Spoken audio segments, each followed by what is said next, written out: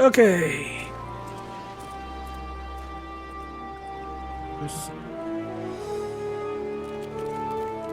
Eating pizza.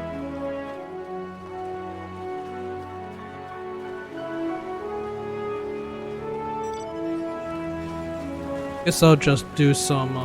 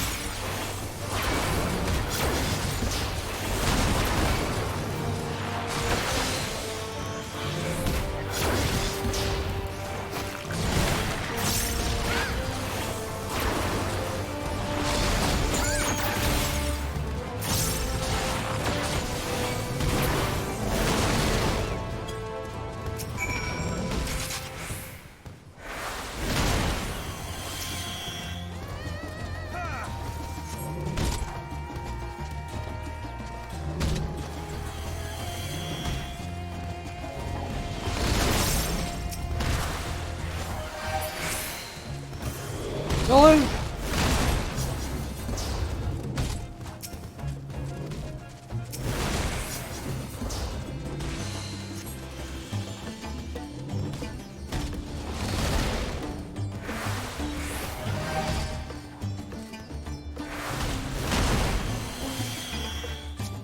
Oh my god! Bard sucks.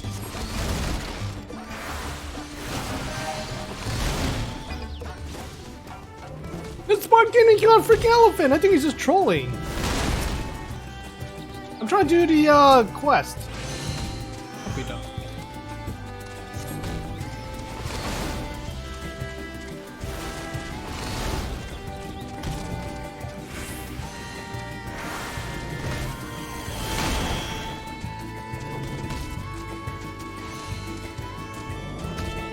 You're just letting auto attack it. Ah.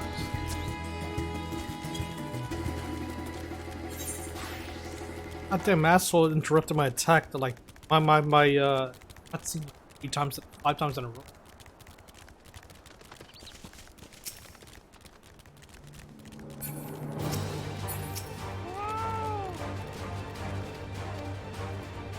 Speed read, get hit.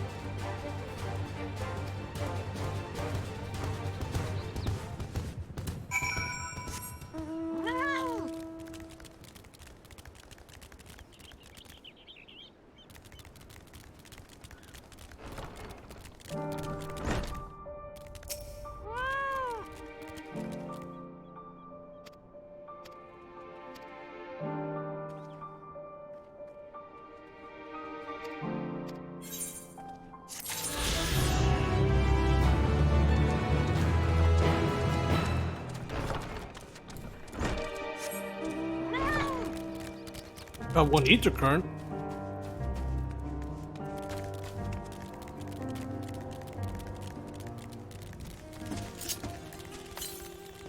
Hmm? No, it was from the quest. The Dinkred one.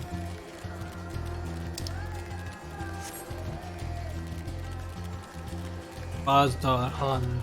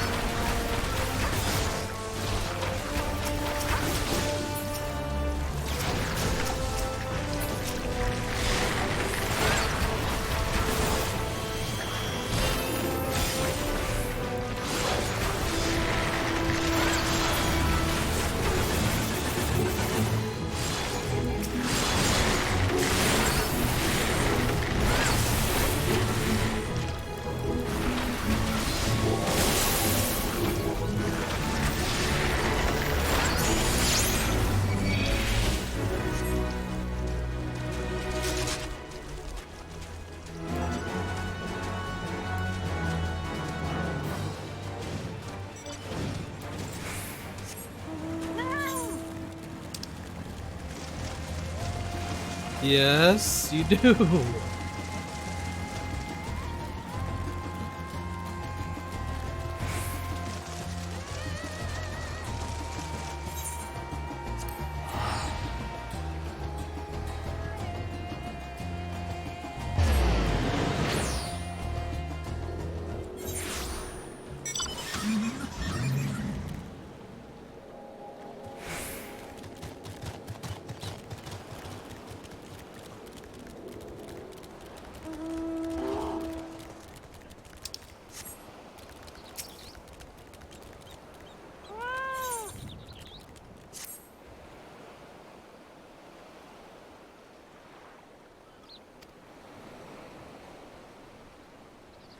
Uh-oh.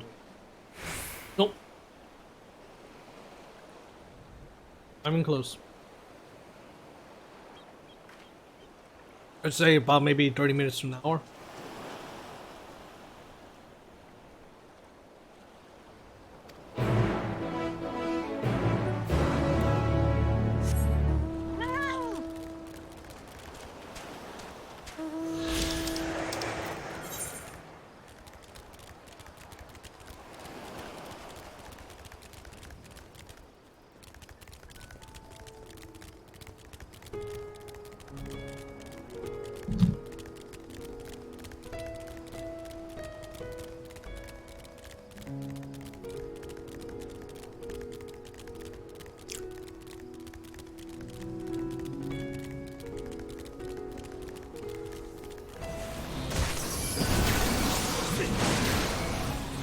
Man, that astral earthly star, holy jeez, that AoE range.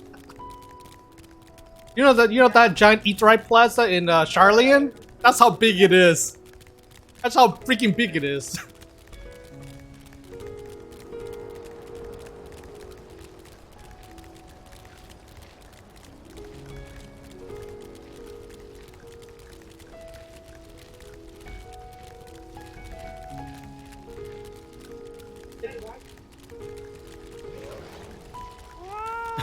Because people are people go away from it. I don't know.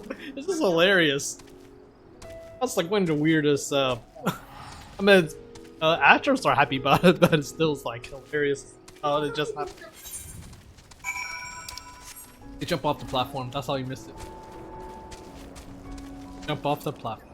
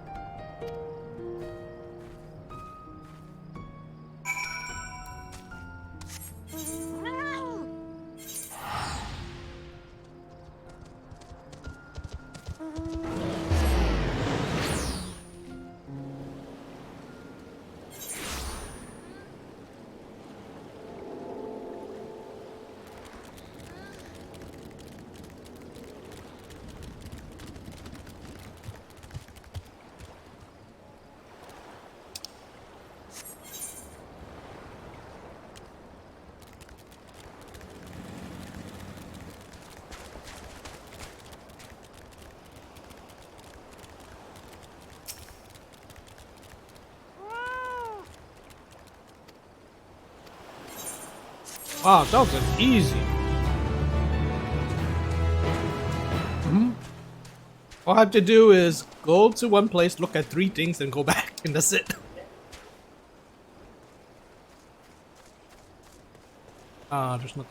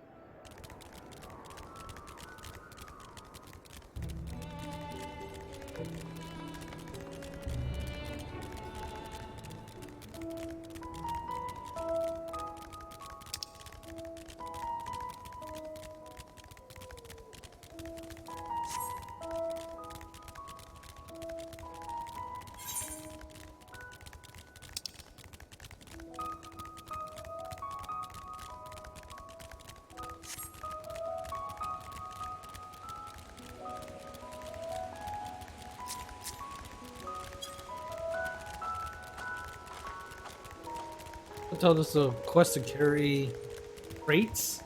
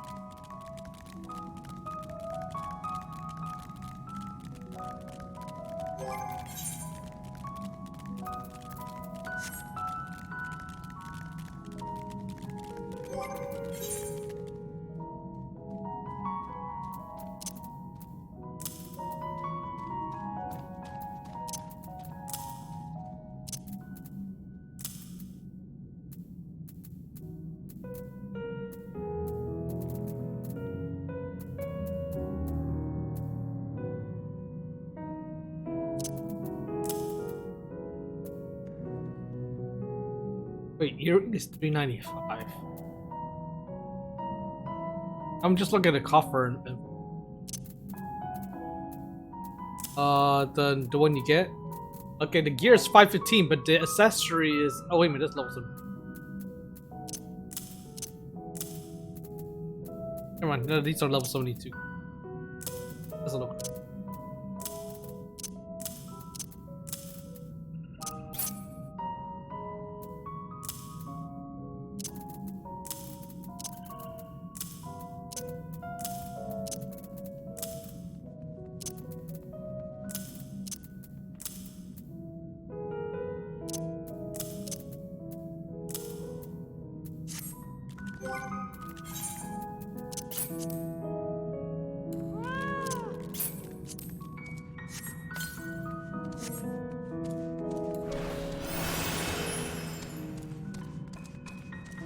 Oh, you took.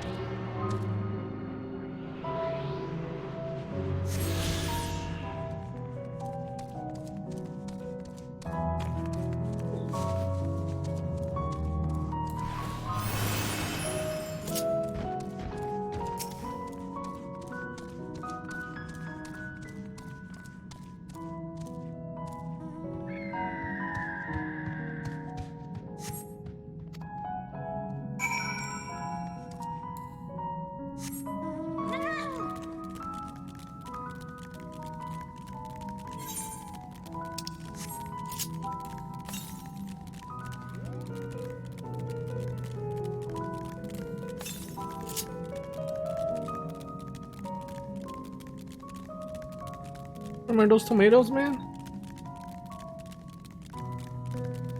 We're in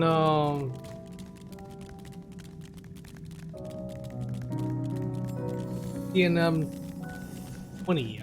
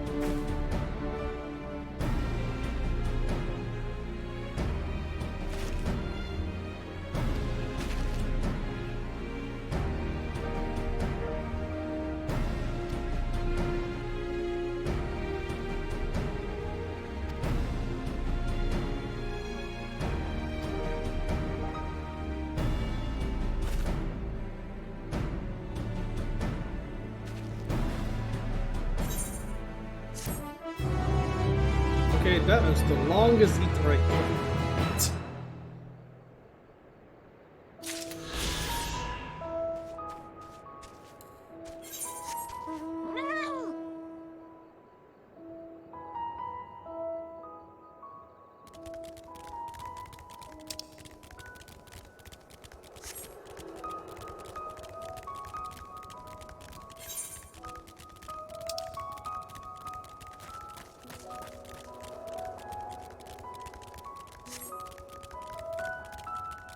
That one on the ground is so long.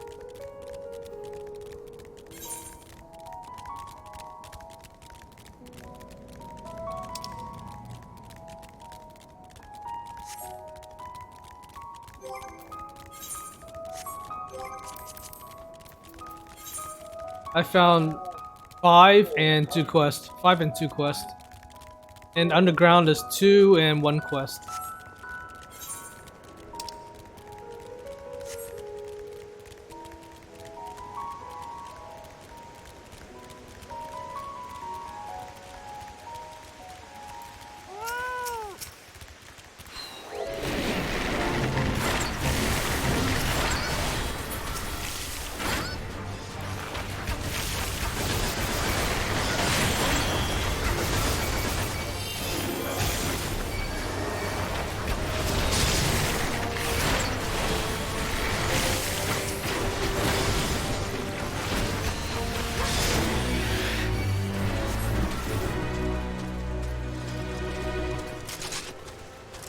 Holy shit. I can't go down? Or is that cup blocked?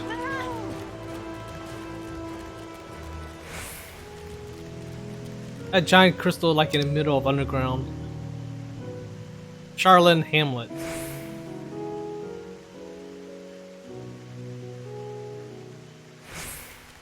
Oh, damn, I can.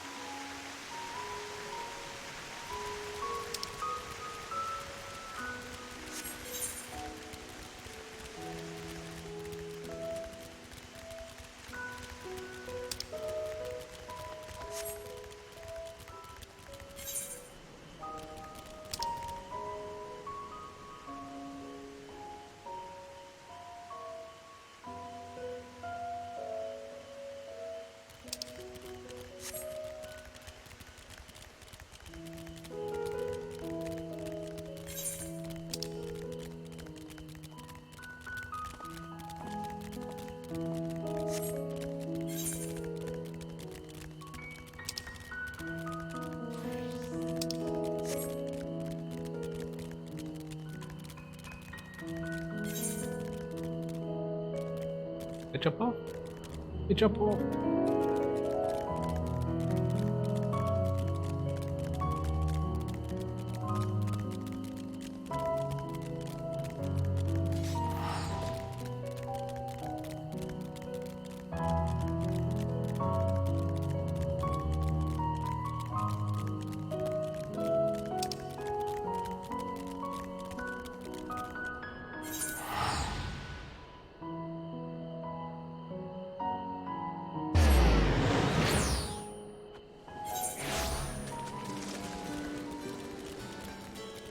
'81.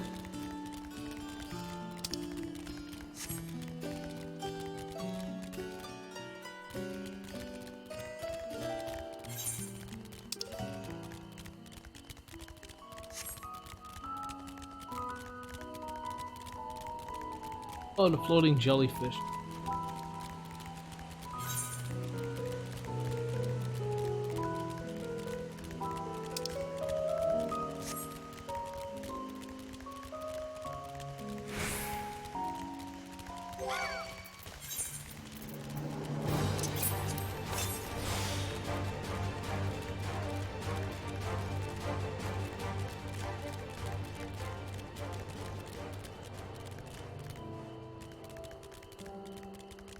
Go through them.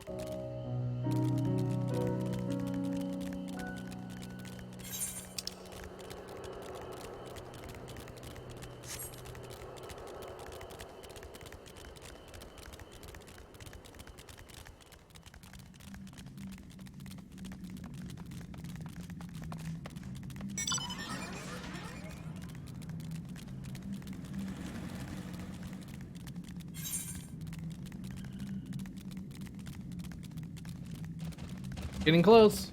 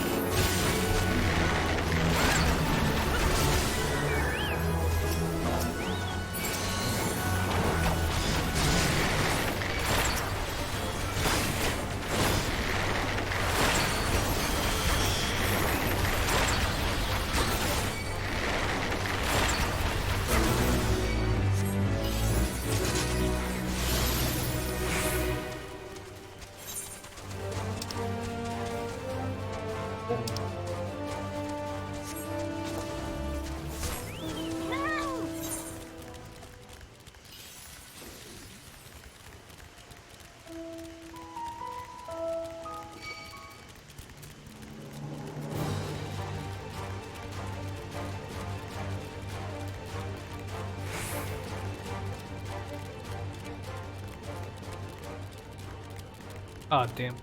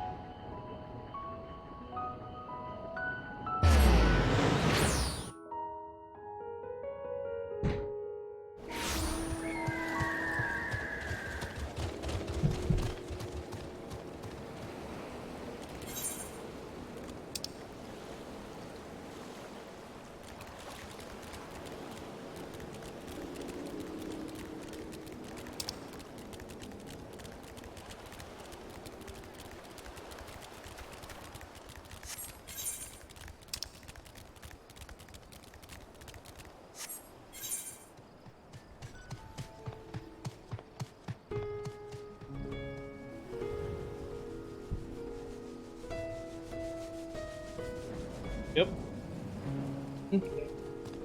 Nothing else. Nope. Blocked. Exactly. I was trying to figure out a way to get there.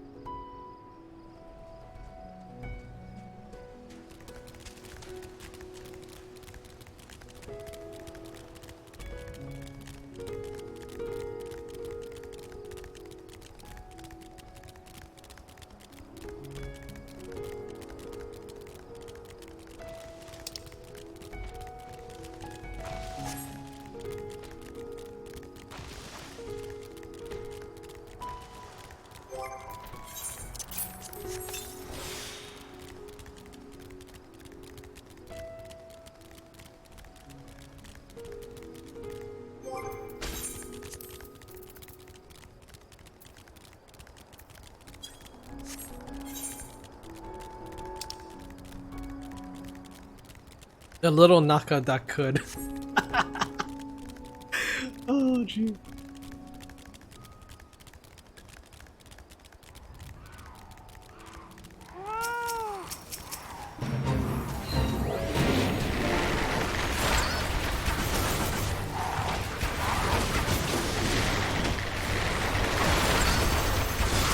Nope. Not worth it.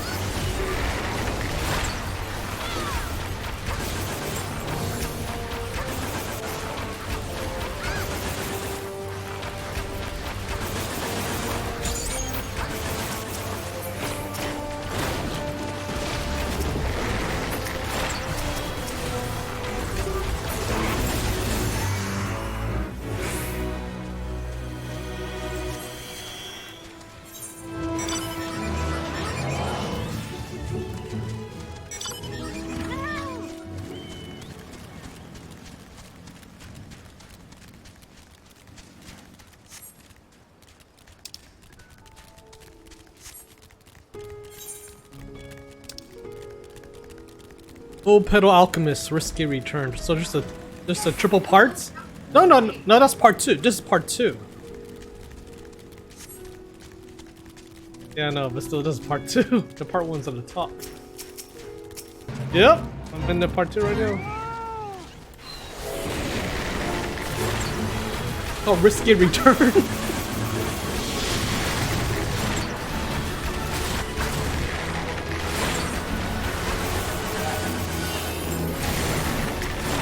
I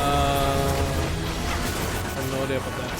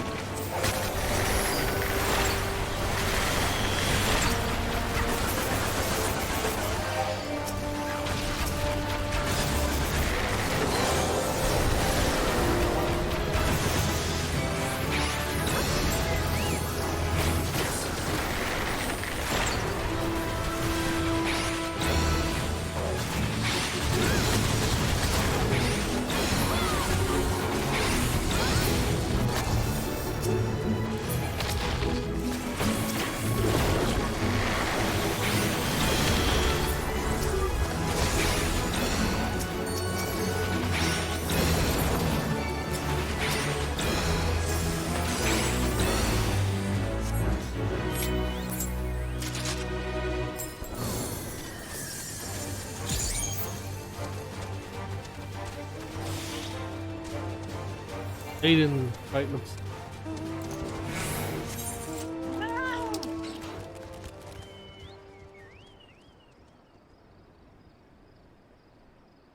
Right, man.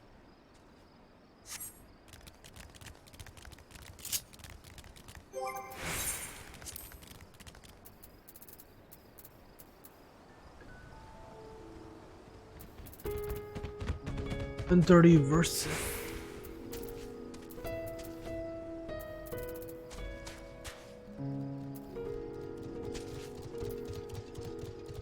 God, even that 30.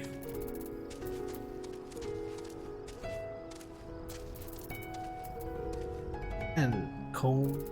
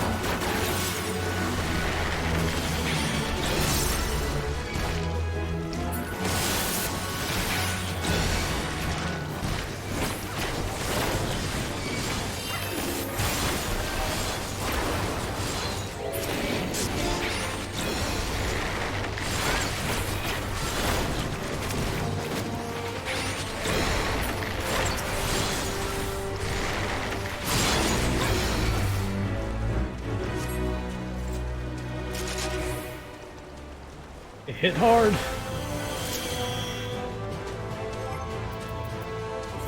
Dude. Oh, wait a minute, what? We have onion in the... We have onions in the chest.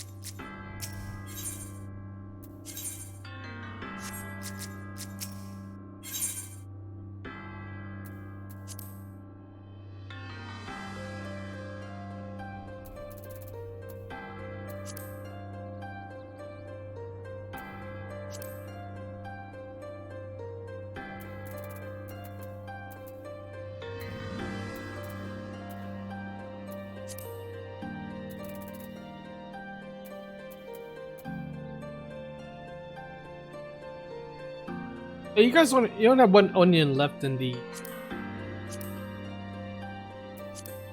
company chest. Let me check the market. The onion, Iranian onion for the chocobo. I think.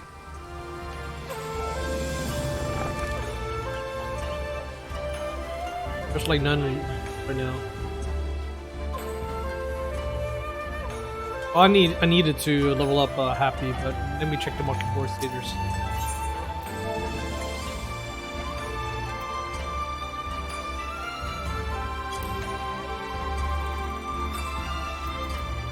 Iranian and holy 221k. Are you serious? That how much real always cost? Sheesh.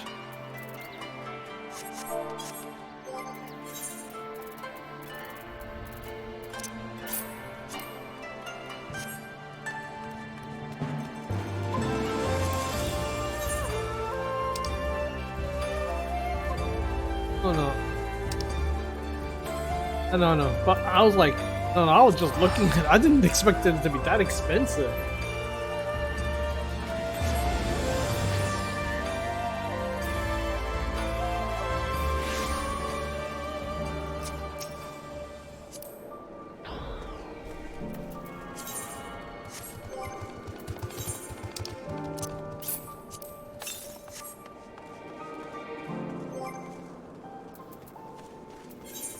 Only, I mean, a bunch of people have been using it because I only saw one. And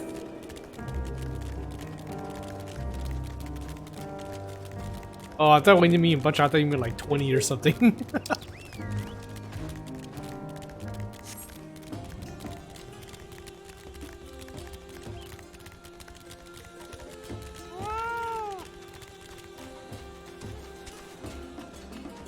Not farmable or something? Or... Oh, from play. Oh, okay.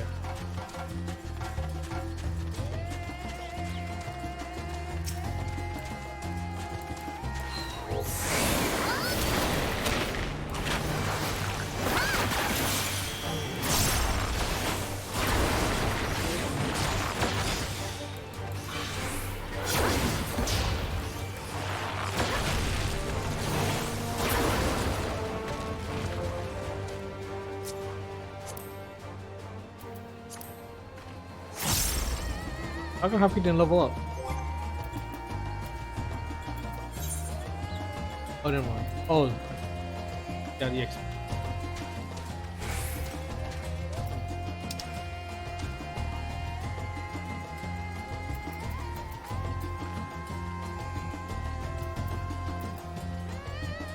So is ranked level 10 the highest on the healer for the Chocobo, or is there more than that? The reason to level the others? Does it... Huh?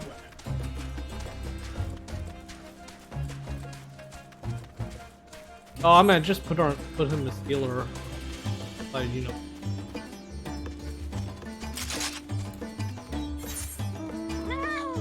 I just didn't know.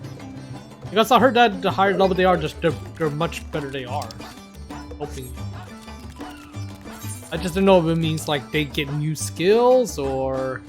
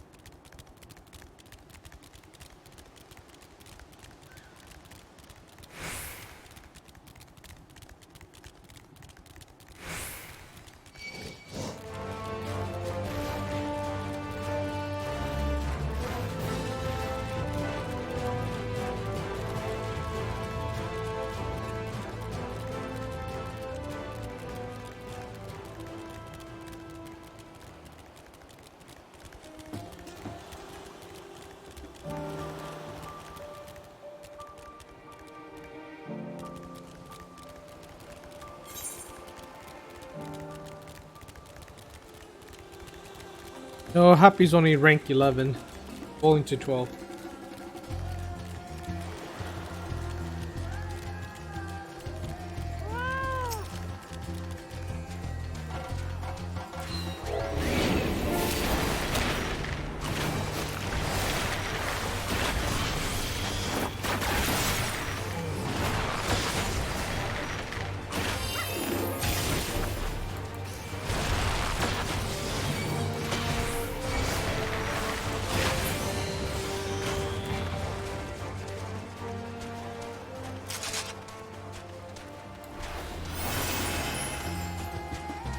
Carrots, I have no carrots.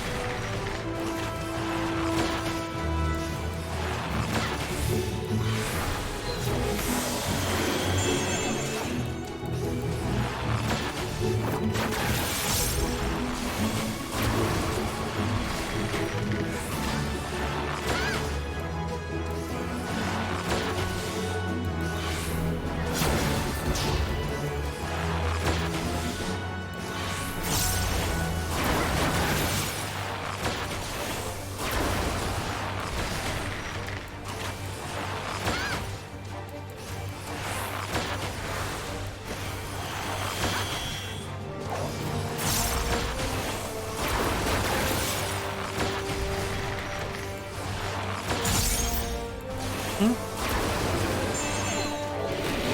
it should be here. Where are you now? Okay, yep. Pretty much almost there. About in 15 more minutes.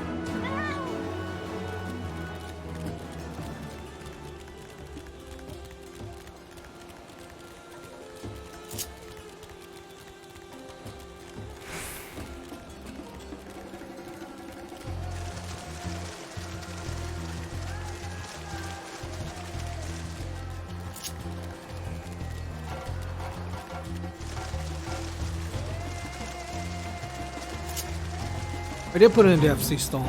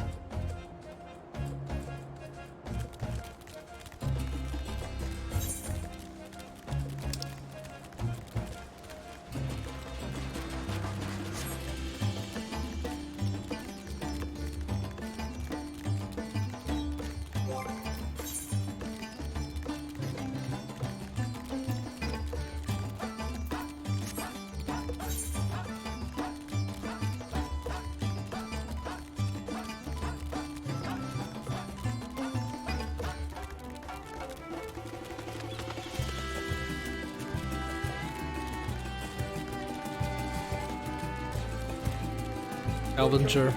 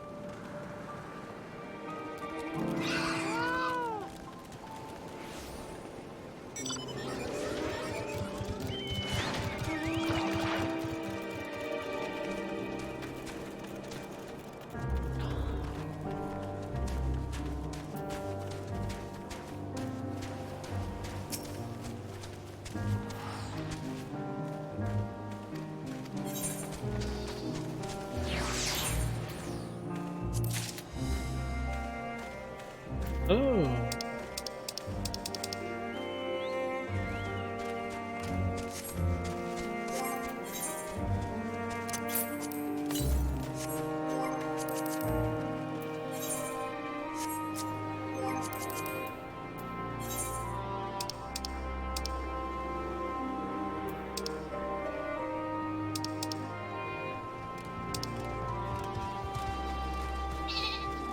Interesting.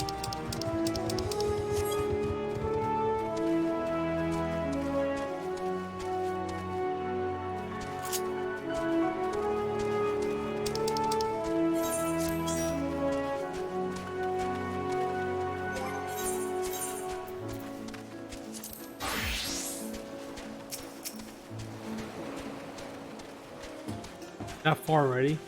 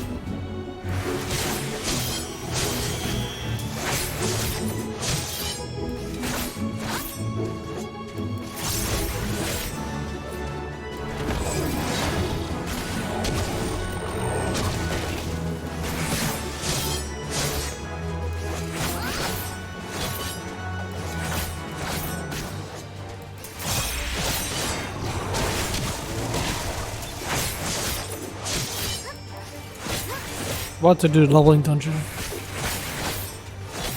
Oh, 71 dungeon. 71. But 81. What? Should be going backward and forward, forward and backward.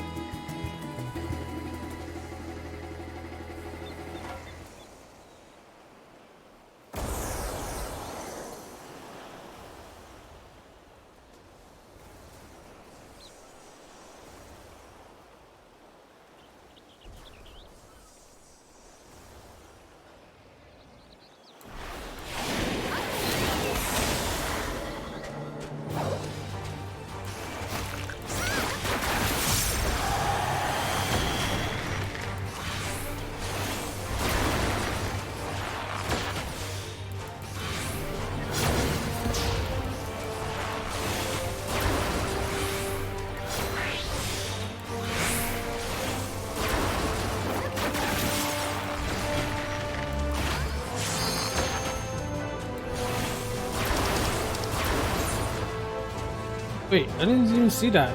I didn't even get a message. As a training dummy. Okay.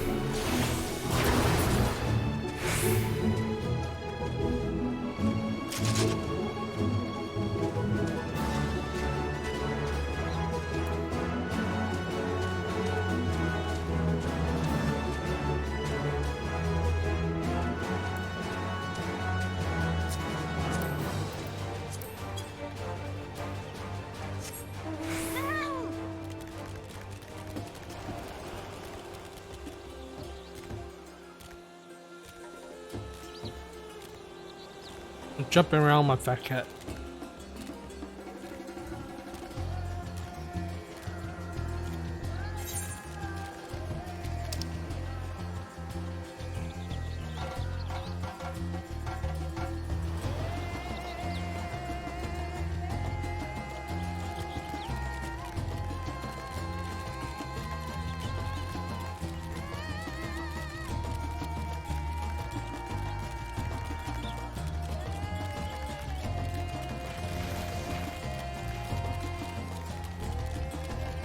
Well, you're not wrong, BB. Definitely, yeah, definitely really we're using them. It feels so natural.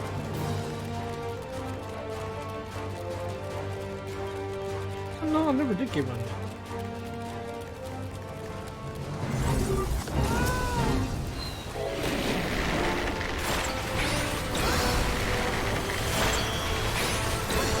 He's expecting me to main.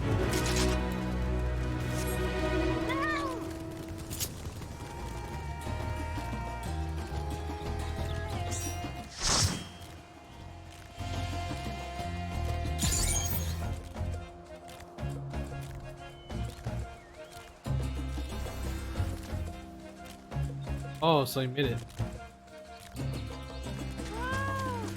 You have a pay-to-win bike. I mean, you have a pay-to-win bike.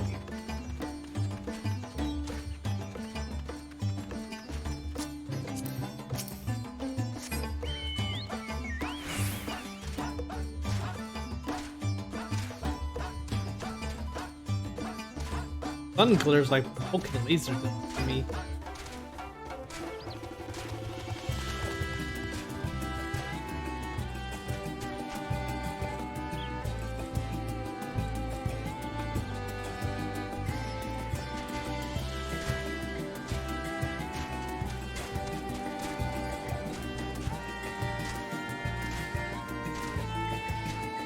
What station I'm? Give it the times.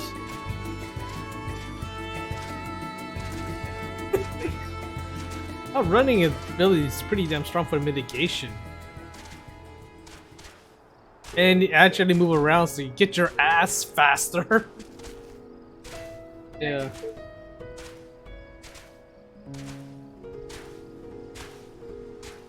Oh, that's their fault then.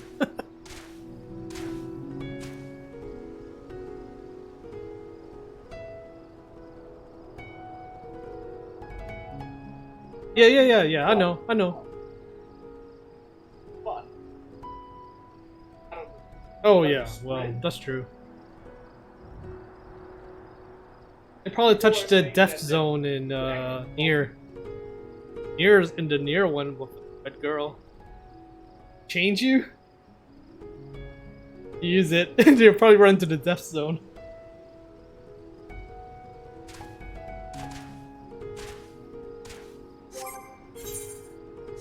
Fine.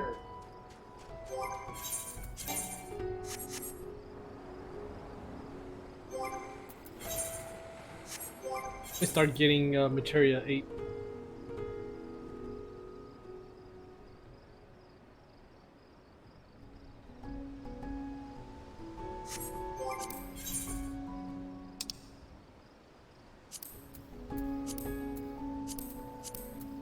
Materia 8 is the new Materia 6.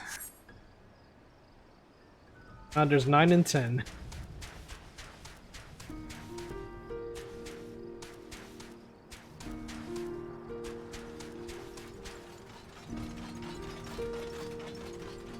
Okay.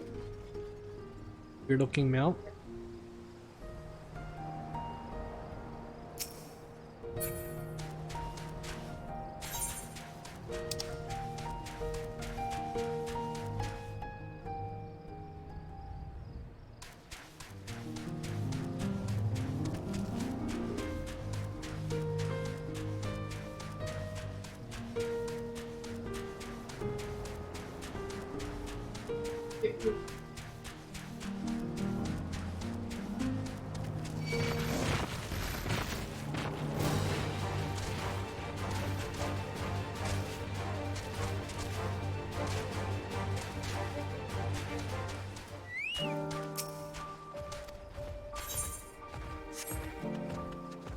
Dropping down.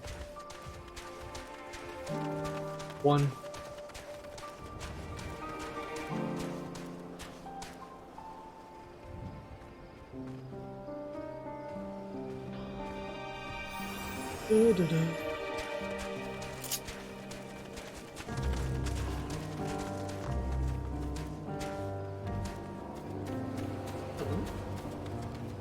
Only 2. So, Right. do you Limited want me district? to tell you, at least hint you like what to do in those dungeons? Oh, we wing it. You wing it. You wing it? Okay. Wing fine. it. We always wing it. Alright. What's the joy, fun of not winging? Okay. Everybody's ready? Yeah, I'm ready. I just repaired. My only thing could tell you is that there's kind of quite a lot of movement. Fun of face There's tanking. a lot of movement. I hate it. I hate it. Like Hate as this a black dungeon? mage, I Black hate it. mage. Oh, you're black. Kinda hate it. That's why he hates it as a black mage. He's got to move. Yeah, that's true. No, the thing is, they made us to do standard rotation, which sucks. Like, it's not, I can't flare. Like, I have to do 2 freaking high fire 2, which sucks. And then I can flare. It's not fun. Get your food. Oh, got it done. Thank you.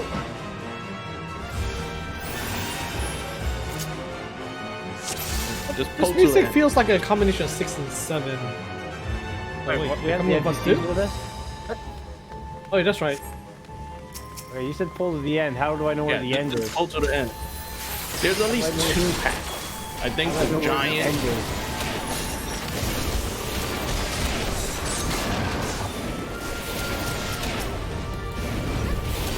I don't think there's anything else over there. No, that looks like the end. And I've got nothing. That's the end. That's the end. Yeah, I know. I was just trying to get that one mob I was missing. Yeah, so I think it's wrong button. like the big. Bunch of use holy. And then I use my for instead. Whoops.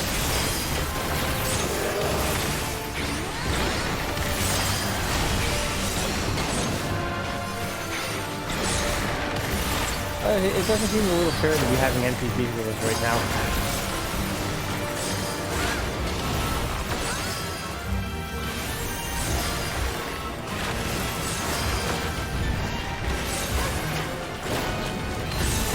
There's no way grasping it when I did. Oh, it was so friggin' boring. Like the tank was doing like small poles, and then we have 2 black mages. Oh, Hell what was the... that? But then, Oh, even then, the other black mage, I don't think he was doing that much damage too.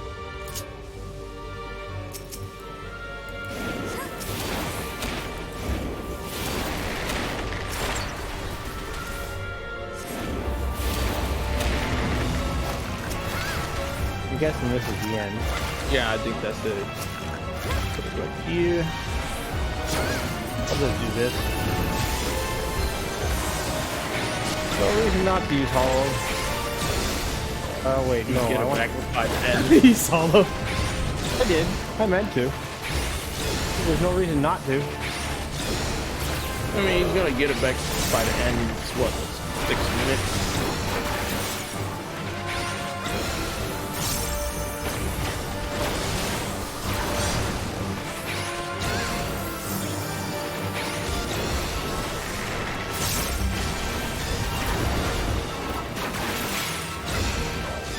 I'm not moving. I got heavy. Okay. You know. I'll kill it first.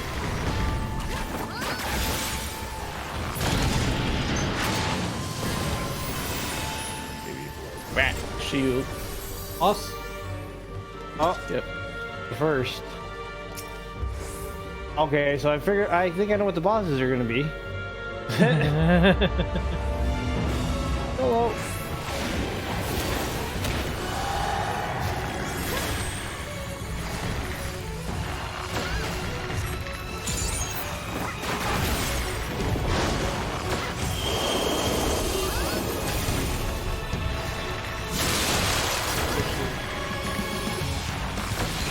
I can see why you hate this.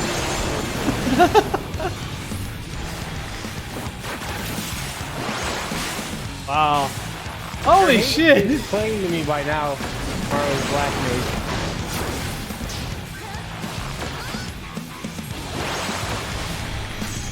I can't say I blame you.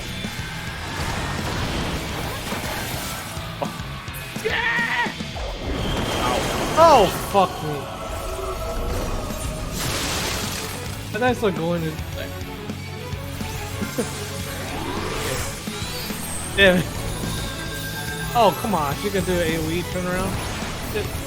She's tank bustering me, I think.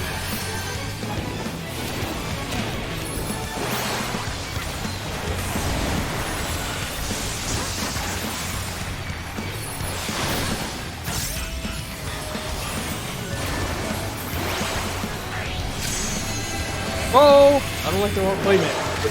Oh, I don't know what's that. Are we supposed to eat the board? Oh, yeah. Okay, well, I'm... Okay. Oh, I got one. Oh, badass. I don't have Swift. I don't have Swift. So that one we were supposed to go to, the other one was... Alright.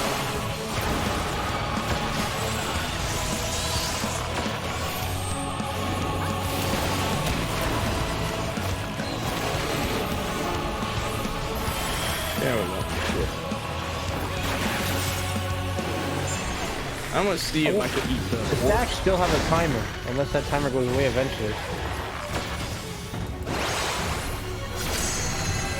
Let's see if I can eat them. I can't, so... It's just basically... Don't get away from it. Oh, shit! Okay, I went to the wrong one. Well, I'm hitting it. I was just gonna take this. I guessed wrong. Must be a color to them.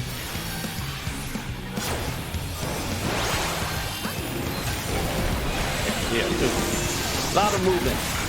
Yeah, that is it. I see why you hate this as a black mage. It didn't take me long to figure it out why.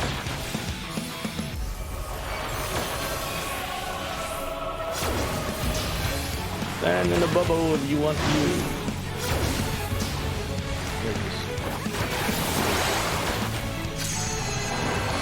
Oh, that's Blizzard. That's gonna spread out.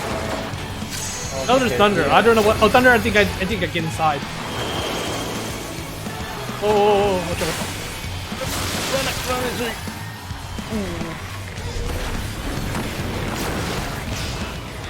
Okay, yeah, I figured it out. It's different. Just gotta see what thing she cast. I don't understand what's that tank buster icon? Yes, I'm pretty sure. It looks like a little that's spinning thing though. It is around me. It's usually an indication of a tank buster attack. Usually when I see the spinning thing, I expect the spinning thing. I don't care These about are the basically all the read on the swallow complex shit. The bone walk. I don't need it. Bone weak. Agreed. He's on it. I got it. Let me.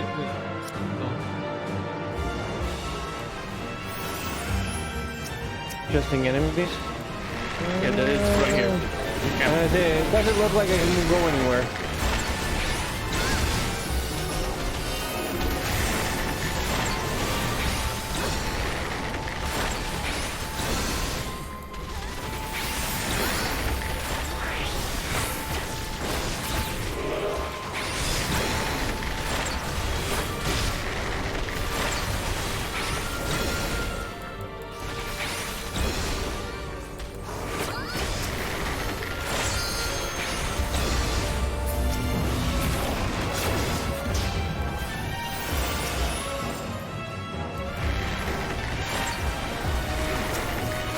Hello. You look familiar. But you're not a boss this time.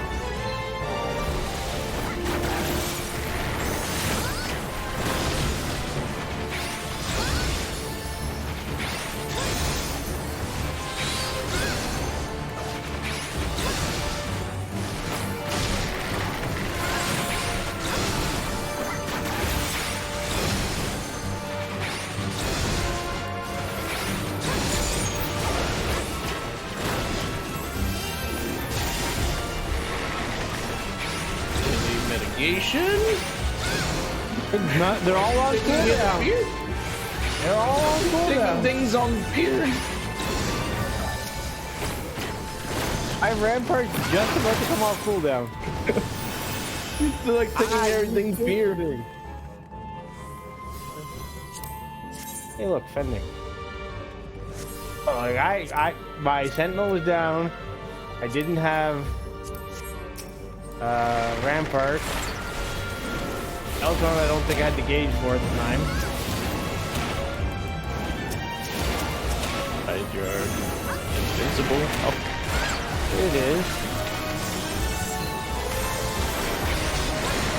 More it's not.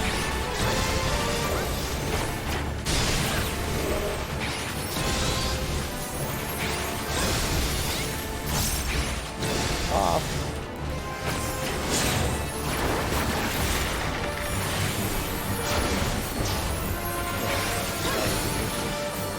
Keep forgetting about arm's length. Oh shit!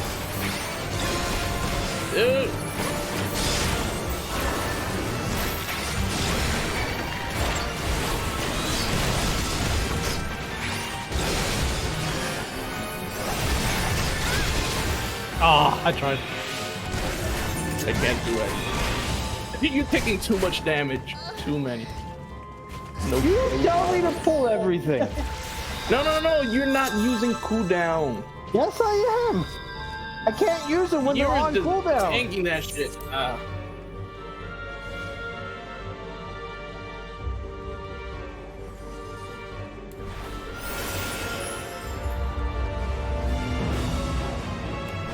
I used Hull, I used Rampart, my sentinel just came off as I died. What else do you want me to fucking do? Use what's that? Divine Veil, and then use Holy Circle, please. I don't think I actually Proc it do yourself, actually. Your I don't Divine think Veil, really- you can proc it yourself. You don't could think- use wings, just tap it, and then move, and you'll get the thing as 1 or 2 seconds. Okay. As far as I'm aware, Holy Circle does not heal yet. Yeah. Well, I could heal, but just use it to proc it. Holy Circle's an AoE attack, isn't it? Yeah, but it has a regen. It has Not regen yet, it doesn't. later. Look, not yet, but I mean like later. Yes, Just later use it, it and I does. could actually proc it for you. In case you're like, hey, I don't have. I have been using it every now and again. I don't know if it was on at that time or if it was down, but Oh, it's dope, dude. That's why. They probably hit hard as fuck. he's not a boss this time.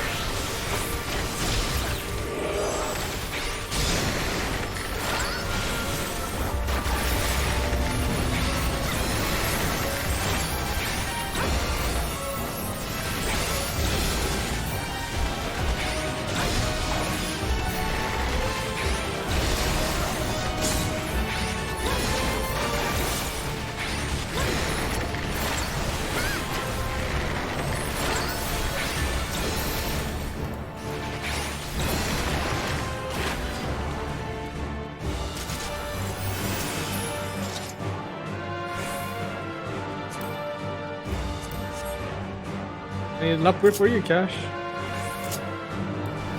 They are. Oh, I need earrings now. Oh, hello, crap, boss. Oh shit. Yeah, if you're using the earring, yeah, the EXP earring. No, I'm yes, not you using it. do- I already have a. I have a 520 earring. How about it? I think about what is You- my earring? Your EXP earring doesn't work no more. Yeah, Was yeah, I it? know. I have a 520 earring. Let me see something here. Item comparison.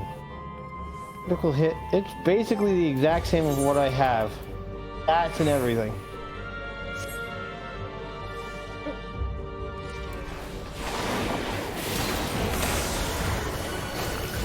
It's the same as the up. Oh god.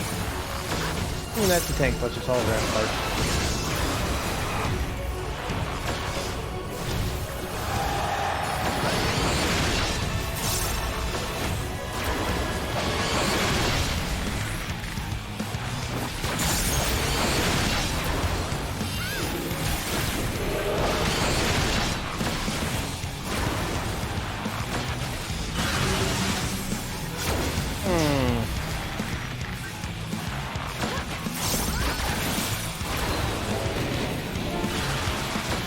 Oh shit! Oh, Oh come on! oh, I am going to die. It doesn't hurt you, but it charms you. And then you now it hurts.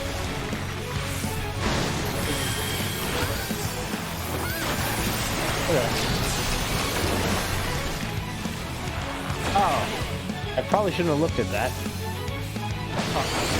Or, never mind, I guess I did do the mechanic right. I'm not frozen yet, but I will be in a second. Dragoon. Oh, I can't not get hit by that.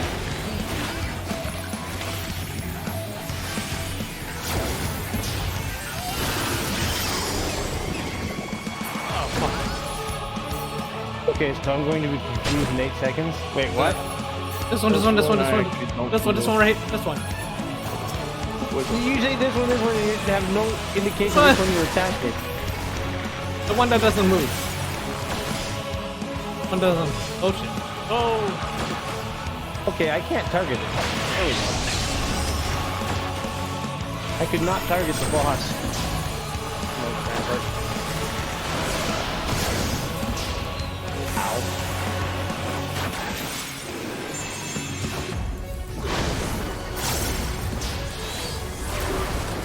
Stop.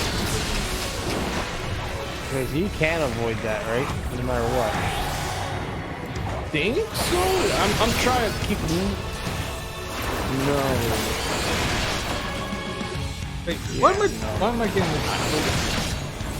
I'm missing. I'm No, it's a mechanic. So it's just a mechanic thing? Like, Watch your I'm trying countdown. to like, keep moving. It doesn't matter. It still hits you for some reason. Yeah, there's nothing we can do about it. Yeah, okay, yeah. Okay, I'm confused. Oh, fuck. Which one doesn't emote? Wait, this one. Right here.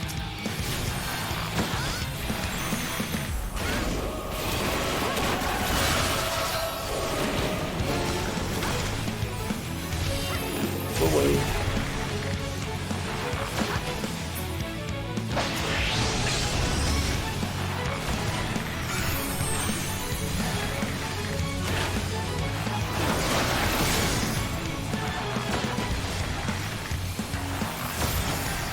This one's a little similar to the other one.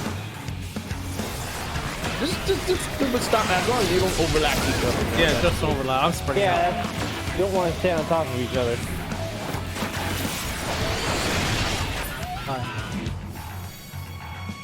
Don't die, that's your problem.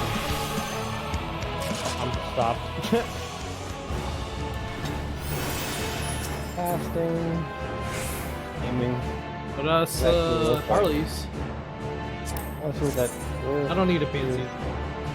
I'm looking at what they. I want to see what they look I don't know, like. dude. I just grabbing it for seals. GC seal. Basically, it looks like I'm not going to get any gear upgrades until the next dungeon or the next area.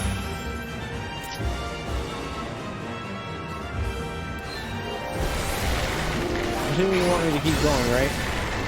Yep. Just keep as much as you can. Oh god, I'm probably going to die doing Alright, this. there's then. still another one. I know there is. That's why I said I'm probably going to die doing this. Fuck, there's 2 more. Oh, this ought to be fun. So gonna die. Ah, yeah. You can. I just popped. I'm going for that. Alright, I'll pop all of them. Holy shit. Yeah, there's too many big dudes, that's the problem. I've got Hollow on right now for 5 seconds more. Then I'll pop Rampart as soon as okay. Shield. Rampart's up. Maybe a shield again.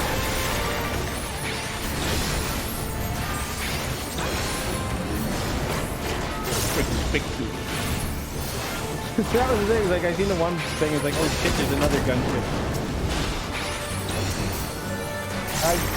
Oh, somebody did open the service, that's okay. It's a little safer now. But this way, I wouldn't be doing this in a pub, killing everything. No, the thing is, in the pub, you don't know how good their DPS is, so it could take a long ass while to kill, and then even if the healer could get you up, it's just that the DPS is not killing it quick.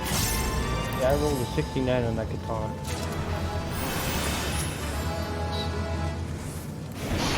there's a Waifus up here. Oh, there's a lot more upstairs. I don't think I want to go that far. There's a fire tank and 2 more iron giants. I'm gonna stay here. Oh, okay. I don't have Alright. I don't have rampart or that. I don't have any of my tanks. Fail.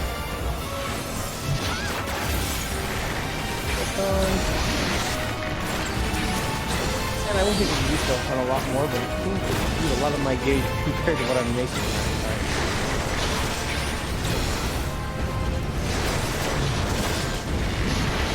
Alright, there's Testament. Not gonna waste, it's only done, but whatever.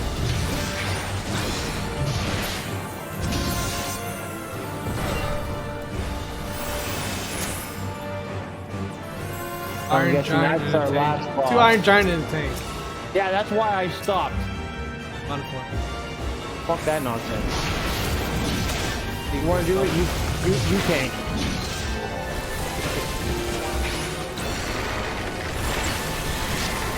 I got rampart up for now.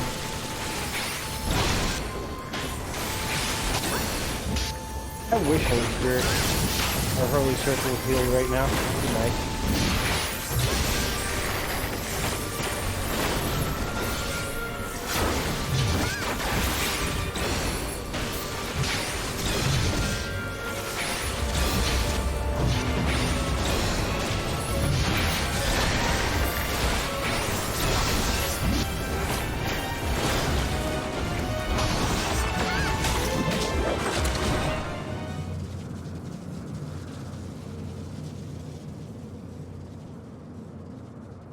This ought to be interesting.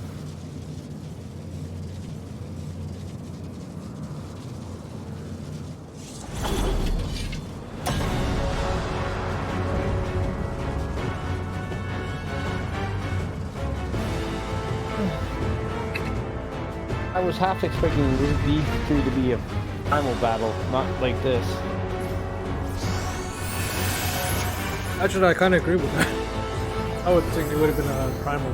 I was expecting to see them, but I'm not expecting like the other to come in and then later on to combine. well, I'm expecting if you look, that. LL, if you look, you see she's on 1 circle, right? And there's 2 more. Yeah, I know. Attached to that triangle. Oh, they gotta try They're attack. You know they gotta They're try. definitely gonna come into this fight. Alright. Hello. Hello.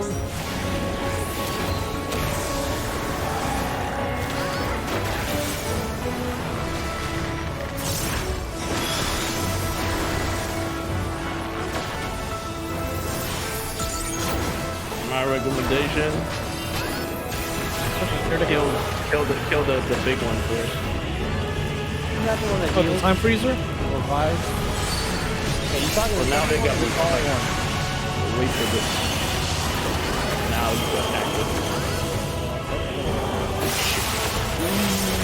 Hey, God.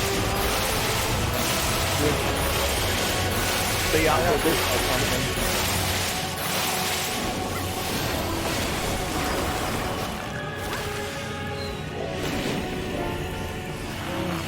In the tall one or the fat one? Fat one. Concentrate on the fat one. Wasn't the fat one the annoying one in the game? Yeah, she's the One of healer. them revived. She's the healer. Yeah. Yeah, that's the reason. Like, in the game, wasn't it? Like, fat, small, then the bigger one, or the taller one? Something to that effect. There we go again.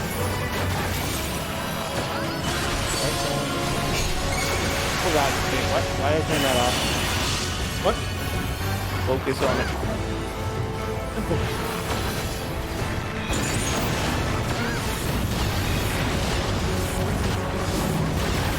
Holy shit! Come in. It's okay. I was already too far out. Yeah. I charged the wrong person by mistake. I was trying to charge her and targeted the wrong fucking person. Oh god, can't charge her? That hurt.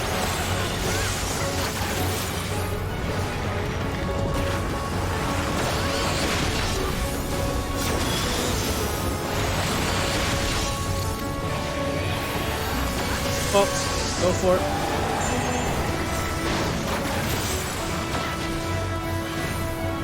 Oh, that's a flex. And wait till she does the thing on the middle. Yeah, this flowy thing, then you can attack.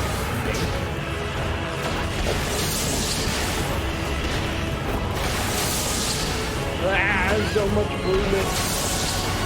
You go to the middle. Thank you. I didn't even see that stack marker till you hit something. Hey, I lost my vulnerability stack. I'm kind of into it.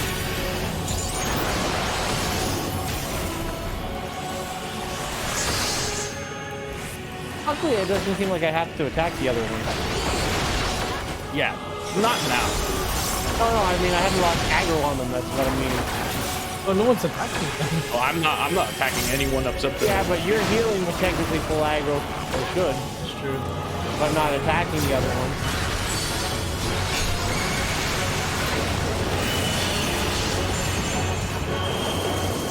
Oh. Oh, this one's going to be...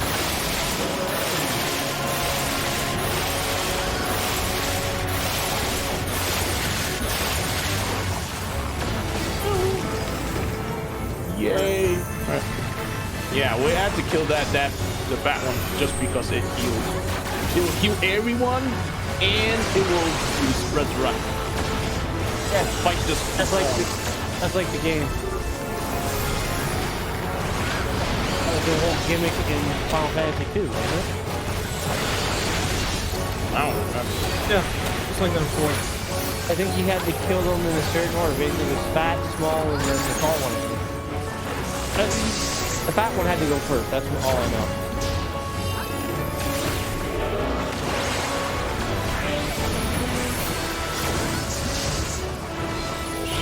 I almost think this is a lost opportunity. This would have been an interesting primal fight.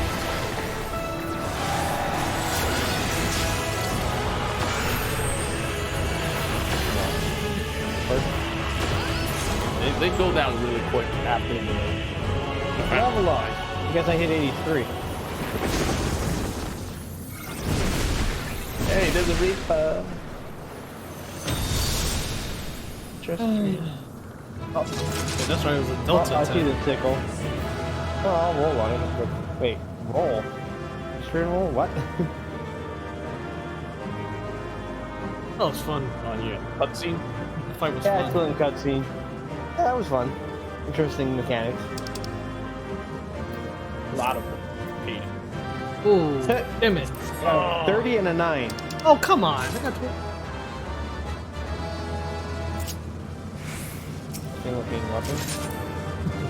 They're all 27 on the It actually side. glows too. Interesting. Enough. If you open it up, it glows. For all intent and purposes, it seems a primal data center login server is down. Wow. Where did you see that? Primal? Is everyone all right? Going back up. We fortified the captives with what magics we could. Have the defenses been disabled? All appears quiet for the moment. The lower floors were disturbing enough, but this place feels wrong. The ether is heavy and thick, like wading through a quagmire.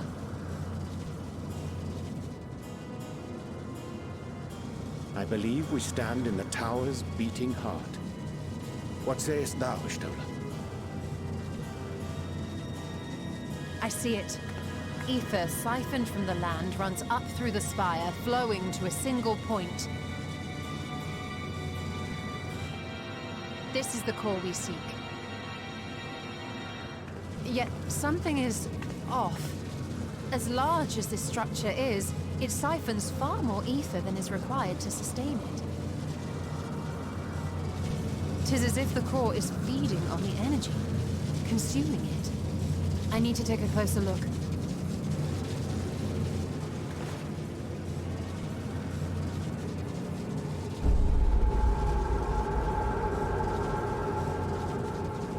Curious. There is something there embedded inside the core.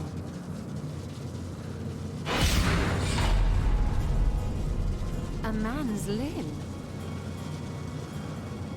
This is what we came to destroy? Yes, if you would be so kind.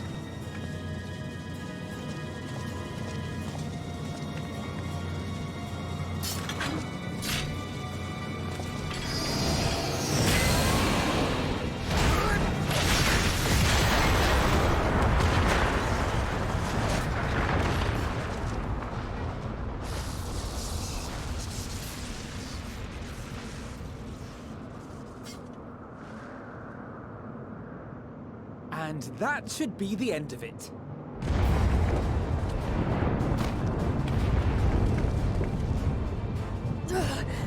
What now? My theory that the tower might come crashing down following the core's destruction doth appear to be correct. Bully for you! And how are we supposed to survive the fall?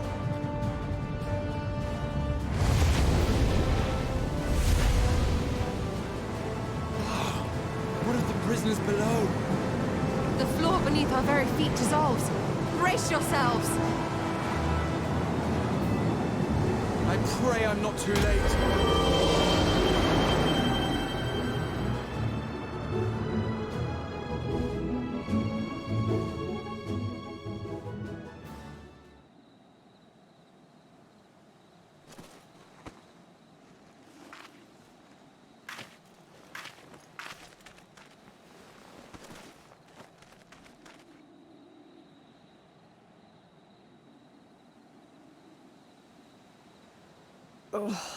What happened?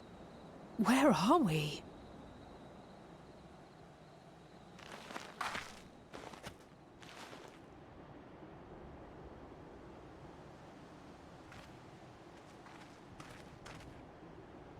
By my reckoning, we're still on the island where the tower stood. But 'tis as if it never existed. Hardly a scratch. But how?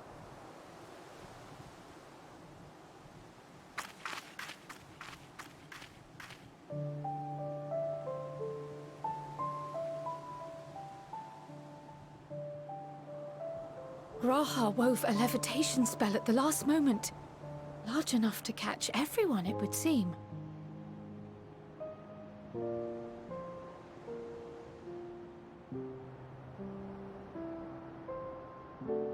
That explains the lack of obvious injuries.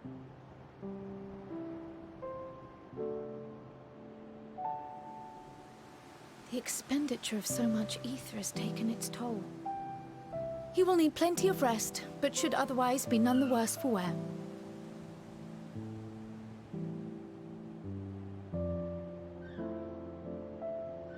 Then the immediate problem is what to do with our new friends here.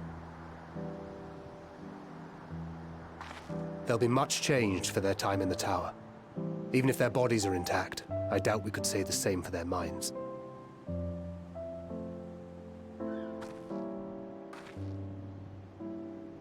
Angelo and I will take care of that. I have every faith in you, Alize, but there are just too many for you to treat alone.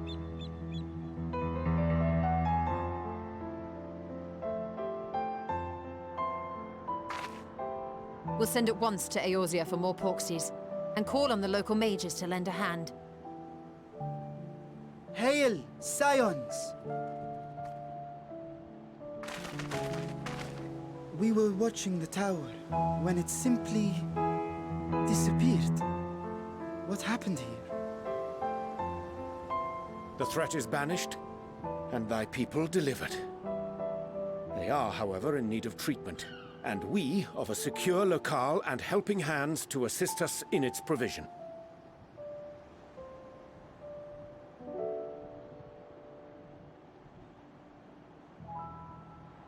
You shall have all this and more.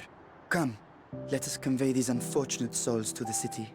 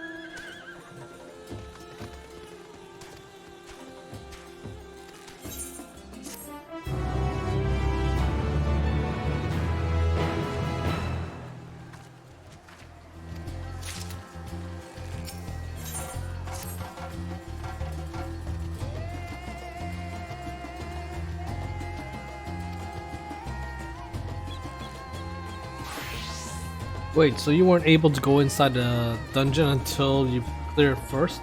You just trust? No, it's basically just saying you could have done it with trust the first time they were sitting outside. It's just now saying you can enter it with trust again. To level up your trust, because I think the first time you take trust, there's set levels. Now they can gain experience. Again, that's just me guessing, because that's what it was kind of like in Shadowbringers, I believe. Like, if you never use your trust to, like, the last dungeon, they would be whatever level that dungeon is, but once you get out of there, they're back to normal. Fortunately, I never used the trust dungeon. I've never leveled up I to did. trust. So, that means I won't be able to use them here, huh? Huh, mine are 81, apparently. Interesting. You could probably use them there. They might have bumped them up to 80. You'd have to try. I honestly don't know. I mean, Stinian probably comes up 81 to enter the dungeon. That's true. Oh, what kind of... I forgot we couldn't actually get an aetheryte to this city in the first place.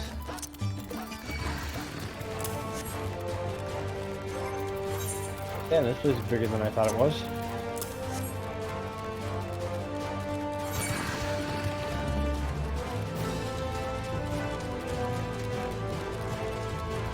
Damn, they really like to have people follow you around. That was definitely a fun fight. So much craziness. Yeah, that was fun. A fight that Kamaru hates. I'm interested to try that with trust, to be honest with you. Oh man. I can see why he hates it so much as a black mage. It's Oh, yeah. hilarious, so it's impossible to cast. Into the first boss fight, like 10 seconds, I realized why he hated it. Yeah. There's so much fucking movement.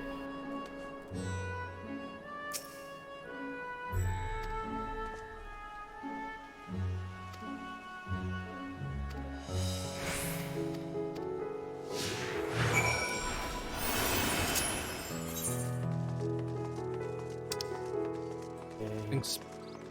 Actually, no, I need to go get the main aetheryte.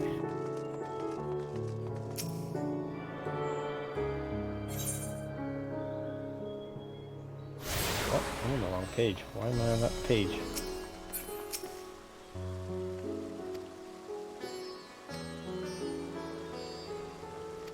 Oh, there's a market board or something here? Maybe not a market board, but there's vendors. Writing the message on the base, this aetheryte has been temporarily stayed. God damn you, game. How dare you disable my aetheryte? You can't attune? No, not to the big one. Oh damn. You can the smaller ones. Yeah, not the I big did, one. but I was hoping I could attune the big one before I do something. So did I. Wouldn't let me, unfortunately. Well, the guy did say they're disabling everything. According to the base, according to the message on the base, this aetheryte has been temporarily disabled. Game likes to give people the middle finger.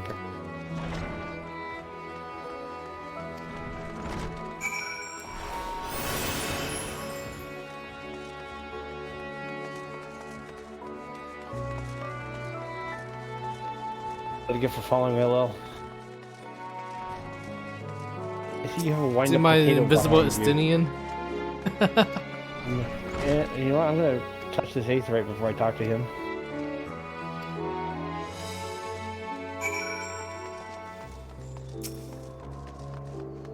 Airship landing.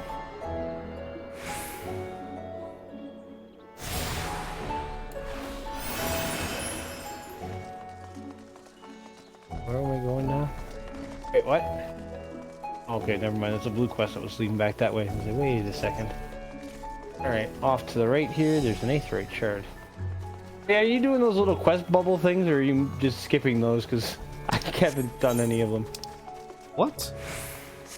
You see the blue circle that we just passed? I didn't see it. If you go back by the little like pin mark on the thing, there's a blue circle you can stand in and talk to Stinian. Oh, those! Oh, no, I don't. I did talk to a few, but it was kind of like, yeah, I didn't did have a couple anything videos, good. like, yeah, If it fuck had that. something really witty or something, I would definitely... I gave up on it pretty quickly. It's like dress coding you, Devin. NPC follow you to. They want you to escort them. Because, you know, they're lazy. Yeah, I know the feeling. If I could get somebody to take me places, I would.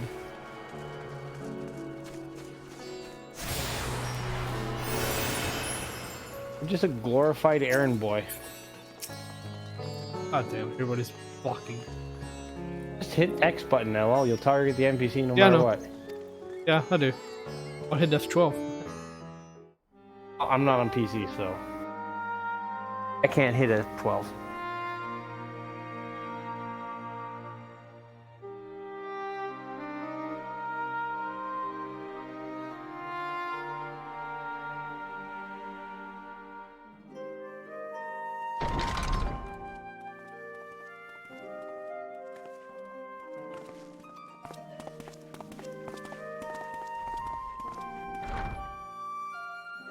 Are we the last to arrive? I hope we've not kept you waiting. Not at all. Your comrade is feeling better, I trust. Much better, thank you. Harness remedies are certainly potent, in more ways than one. One becomes accustomed to the taste, although I hope you never have cause to do so. Pray, take your ease.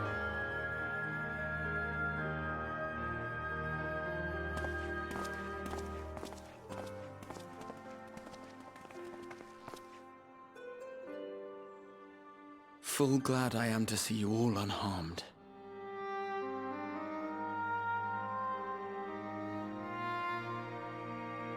Valiant scions, for your heroism, you have my boundless gratitude. You cast down that dire tower and set free its hapless captives. You cleanse their souls of its corrupting influence. No words of thanks will suffice. In place of platitudes, I offer a bounty of warding scales. Pray accept your due reward, along with the goodwill of Radzat-Han. Alchemists throughout the land were put to work in the forging of your talismans. The finished ones have been collected, and now await you at the High Crucible of Alchemia. Present this letter when you are ready to take them into your possession.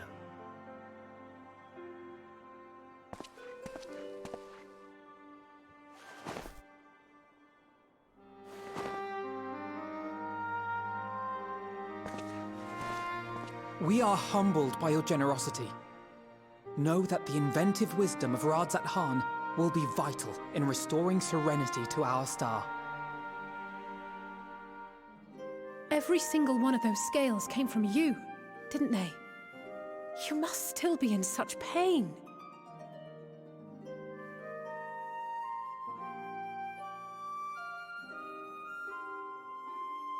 "'Tis of no moment. A mere annoyance compared to the dreadful suffering inflicted upon this land and its people.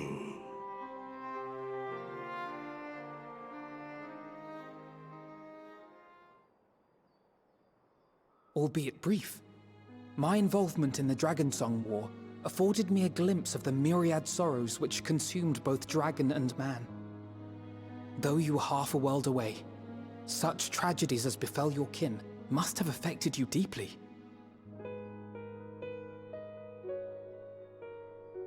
And yet, you chose to live among men.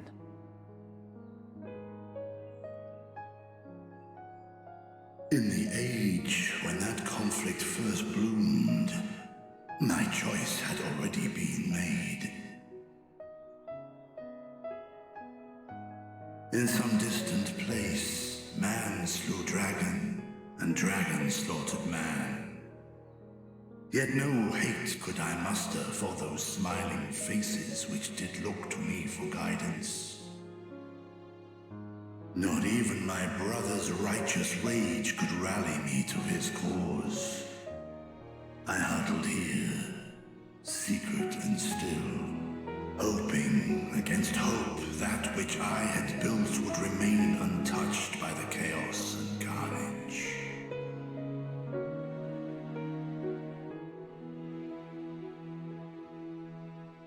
Twould seem we share the same desire for peace, great Vritra. To that end, I wonder if we might trouble you with another question. The Telophoroi are intent on recreating the final days, an apocalyptic event which we know to predate the sundering of the star. As the longest lived among us, know you aught of this terrible cataclysm?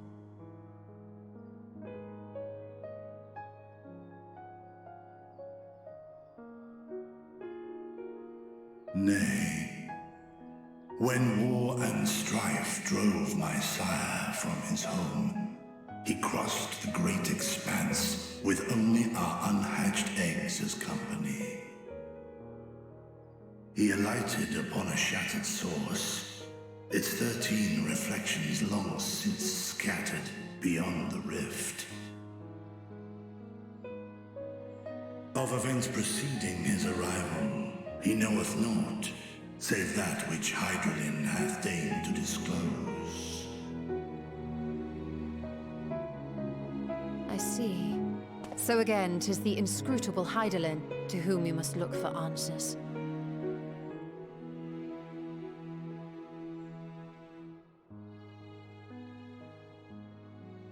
Seek you to divine the will of this star? If so, I have a tale which may afford you some small comfort.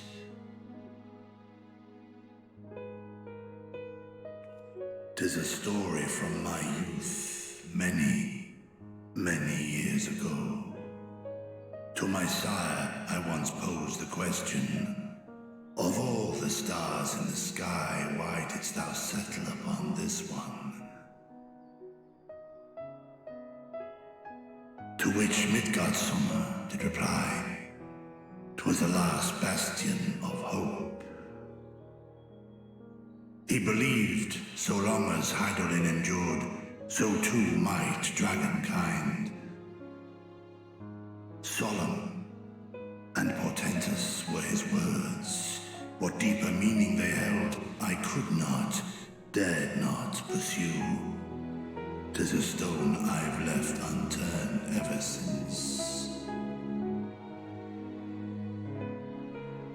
Yet take you solace in the knowledge that whatsoever Hydralin does strive towards, 'tis an ideal which hath earned my sire's conviction.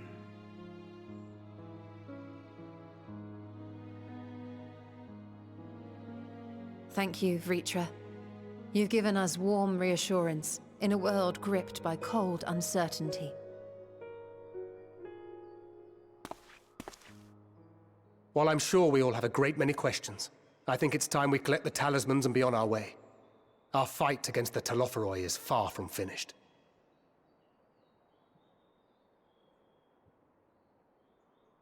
We must take our leave, but please do inform us if we can provide any further assistance.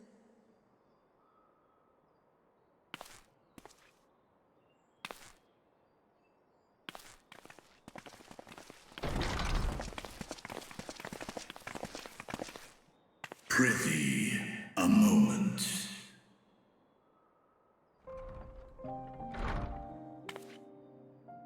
There is one whom my sire hath judged worthy of honor and respect. The one known to men as Eorzea's champion. This hero of renown and rumor, 'tis thee.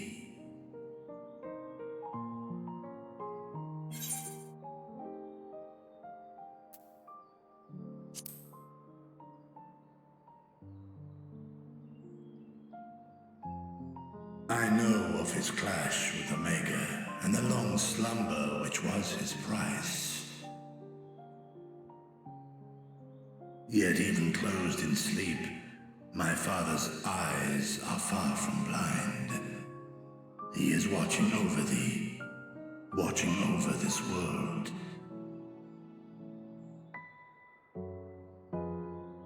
'Twas a revelation most pleasing that thou, a child of man, had gained Midgardsonger's trust, but alongside mine elation runneth a rivulet of dread. For upon thy life's reel wind too many threads of fate, power, wheel enmeshed with woe. Amidst this tangled knot thou shalt know no rest. 'Tis an endless confluence of forces, a struggle without surcease. More terrible still is the attrition wrought upon thy companions, as they are swept up in the storm of thine existence.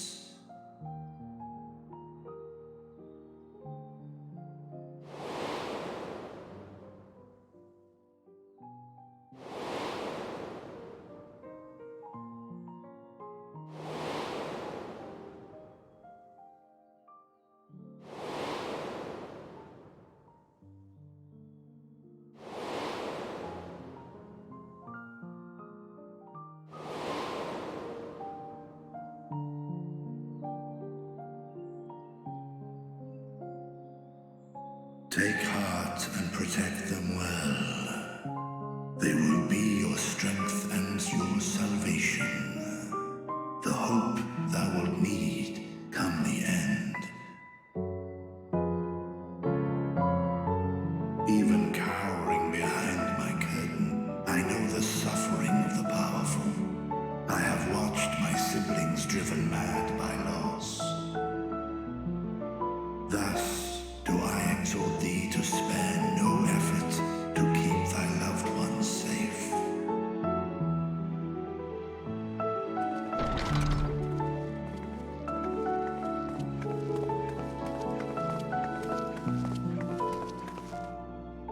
Apologies. We hadn't meant to interrupt. It's just that we do have a history of suddenly collapsing, and when you didn't follow us out... 'Tis I who must apologize. I have detained your champion overlong with idle chatter. Go. At war's end, I pray I welcome thee back into my hall, where together with thy joyful comrades, you may toast your triumph.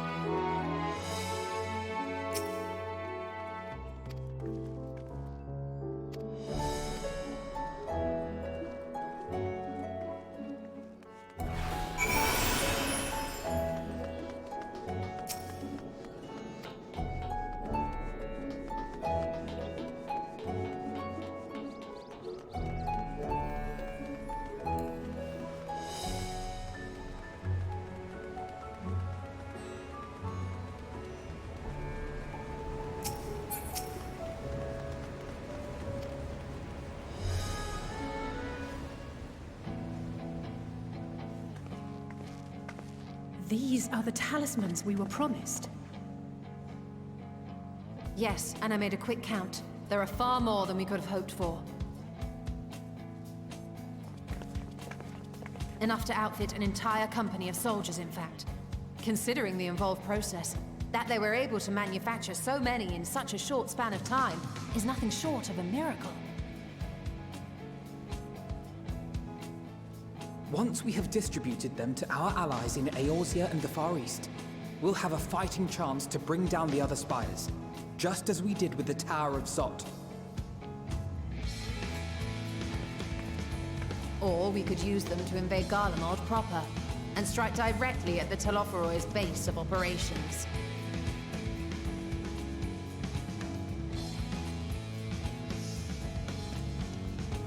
Of course, we would need to consult with various Alliance leaders before such a drastic measure could even be contemplated. To which end, I could set out forthwith and present the idea to each of our allies in person. Pray allow me to undertake some few of those journeys. I find myself restless and in need of purposeful duties. I can head eastward. Bosnia and Dalmasca are just a short hop from here. And Doma's shinobi network should come in handy for passing on the word. We shall share the burden then.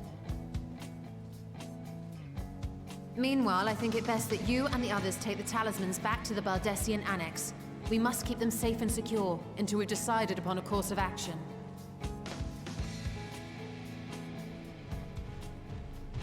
Please, I must speak with you.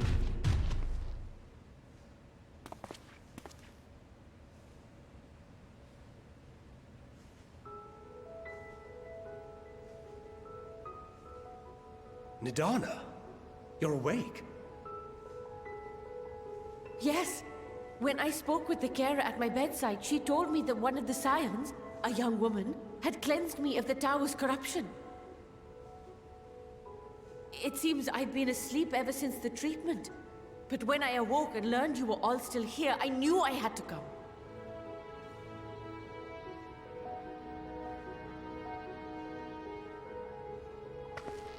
As you said, Nidana was captured only recently.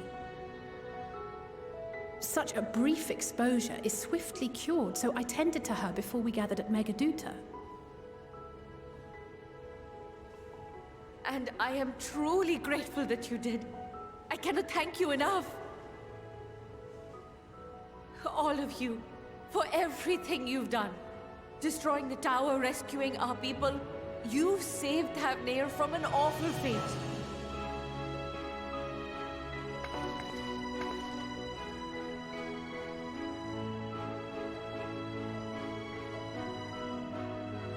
Yet who hath truly saved whom?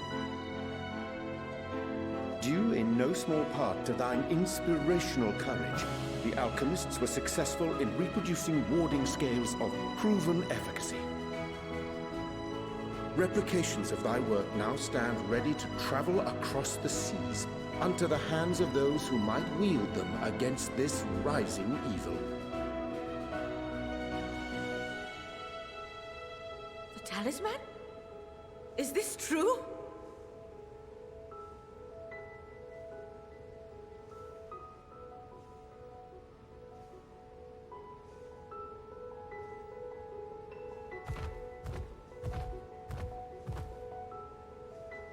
Oh, I was so groggy from sleep.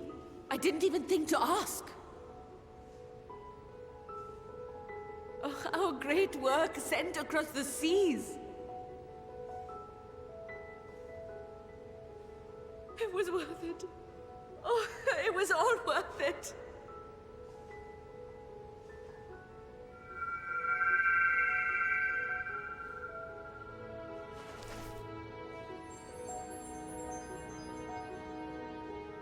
Look at that! Its color is completely changed.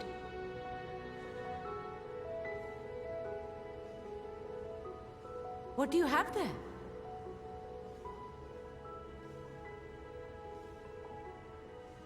How unusual. I wonder if the effect is a reaction to Akasha. I'm afraid I'm not familiar with that term. Akasha? It is one of the unseen energies defined by Harnish alchemical theory. Though a gross oversimplification, some describe it as an essence influenced by feelings. You imply that it is distinct from ether? Foreign scholars often conflate the two, but we see them as separate concepts. Ether is an energy which permeates the land. It exists within animals, objects, even the air we breathe, affecting all through which it flows. Akasha, on the other hand, exists in a domain beyond our reach. A gift bestowed from on high, or torn from the heavens in some traditions. Akasha can neither be created nor destroyed. It is beyond our power to purposefully alter or manipulate. The only thing observed to influence it is an abundance of, I want to say, spiritual emotion. As a veteran of the battlefield, surely you've experienced moments of desperation or exaltation when you've transcended the usual limits of your capabilities. That is a manifestation of Akasha, the invisible essence harnessed by heart, mind, and unyielding spirit. I really must hear more about this theory. Our disciplines are based entirely upon the idea that ether is the fundamental form of all energy. I'm glad my haphazard explanation has piqued your interest. But even for us, Akasha is a somewhat abstract field of study. A lack of practical application lends itself poorly to formalized research. Which is why my analysis of your flower can amount to little more than idle speculation. I am sorry. Nonsense! You have nothing to be sorry for. Your insight is much appreciated.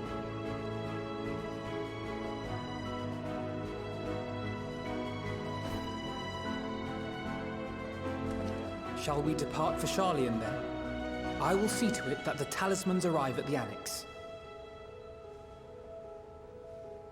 And we will be in touch once our talks are concluded. I suggest you rest while you can. From here onward, sleep is bound to be in short supply.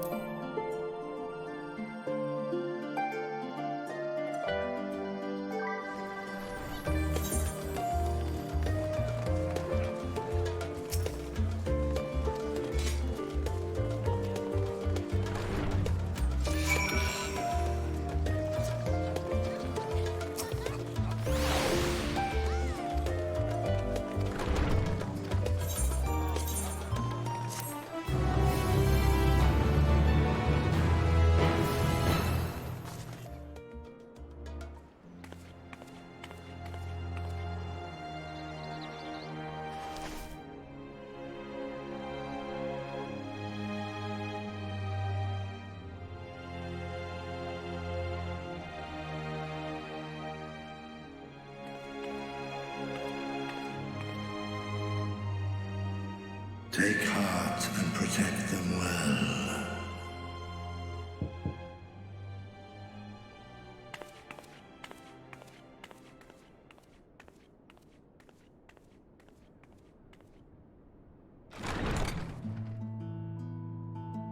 Good, you're here. You haven't eaten yet, have you? We've bought quite a spread if you're interested. Only the finest dining from the last stand.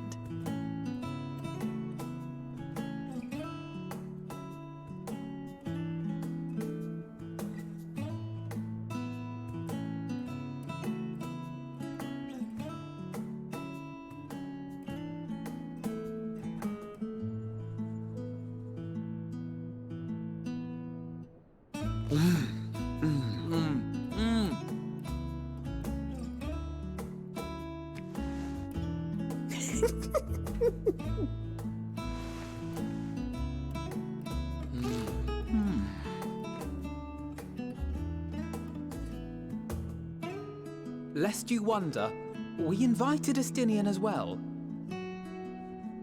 But he refused with a rather grim-faced, "No, thank you." I suspect Charlian cuisine is not to his liking. Oh, I don't know about that. Perhaps our lone wolf just needed some time apart. What? To perfect his brooding stare? Next time, I'll drag him out by the ear, sit him down in front of a Charlian feast, and see that he eats every last bite. An excellent idea. Of all people, warriors must take proper meals and rest if they are to maintain a healthy constitution. Poor Estinian, beset on all sides.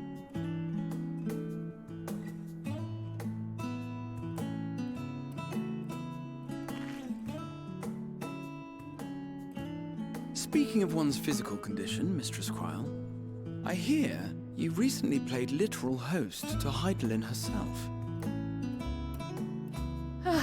And what an experience that was. Tiring, yes, but no lasting harm done.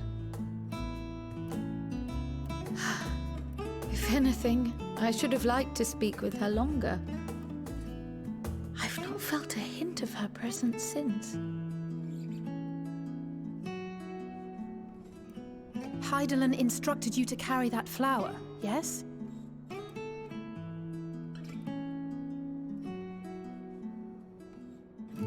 Twill be your guide, test and proof of your conviction. And then something about seeking joy in darkness, was it? Come to think of it, isn't that what happened with Nidana back in Radzat-Han?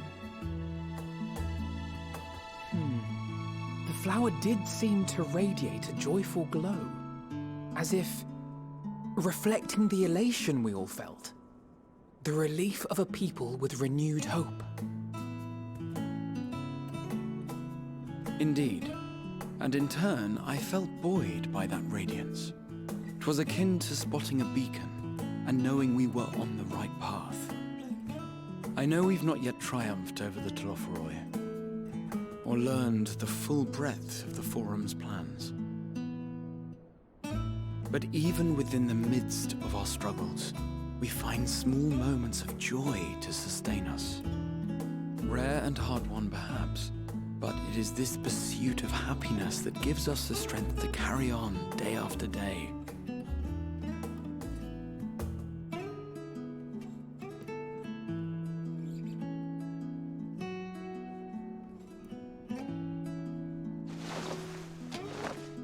Hey, that's mine. To the swift the spoils. Though I recall that levitation spell of yours was quick enough.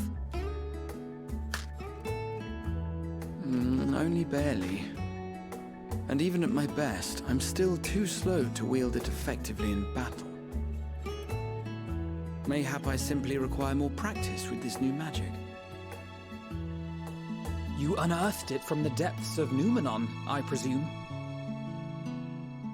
Aye, and from a veritable mountain of arcane tomes at that. 'Twas necessary to facilitate my solitary explorations. To put it simply, you used it to sneak around the Forbidden Archives. Yes. Well, after a fashion.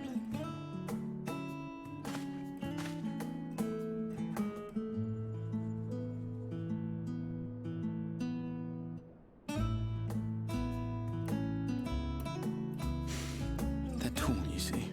The shelves, they're too tall for me. And I could hardly move the library's platforms without attracting attention now, could I? Oh!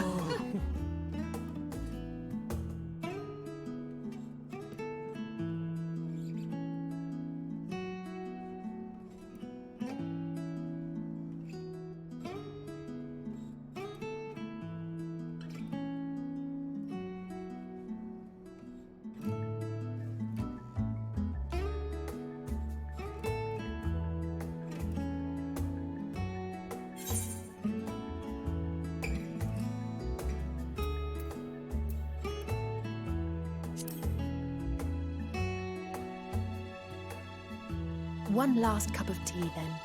Dickens said this brew helps relax the mind before bed. And gave us some leaves for free.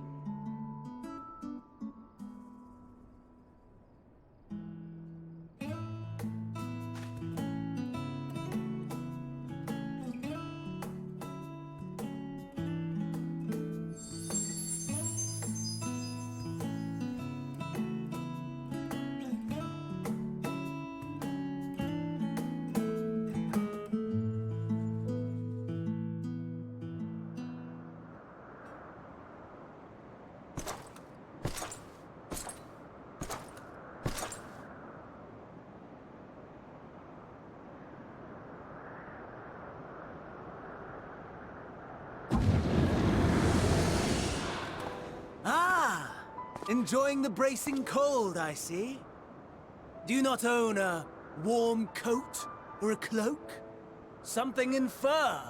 Or fashioned from the skins of your enemies? Or... well, never mind that. I come to you once more as the bearer of bad news. Our tower in Thavnir has been toppled, and I need not tell you by whom. Given how many we have at our disposal, the loss of a single spire is hardly fatal to our plans. It does, however, slow the rate at which we siphon the ether. If they continue to preoccupy themselves with the towers, then all will be well. But should our foe prove bold enough to strike at us here, then the timing becomes questionable.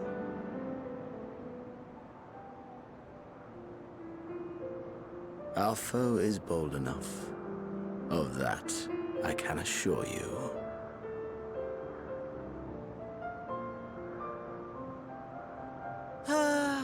Yes, very well then. I suppose I must prepare a proper welcome. Honestly, talk of your nemesis is the only thing you seem to enjoy. Does nothing else spark your interest?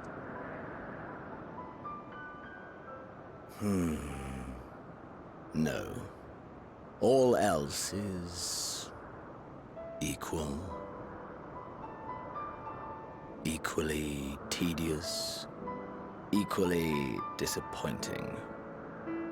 The world is a tepid bog into which we sink, too weak to thrash as the mud clings to our eyes and fills our throats till we blissfully choke. But then came the light, blinding and pure and hot, so very hot, enough to set my soul aflame. I basked in the afterglow until the void yawned once more. And then I knew the muck would never claim me again. There was naught for me ahead, so I drew the curtain on all that had come before.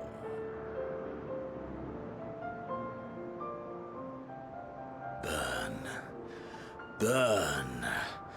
Let the whole star burn. I will have my contest. I will reclaim my moment.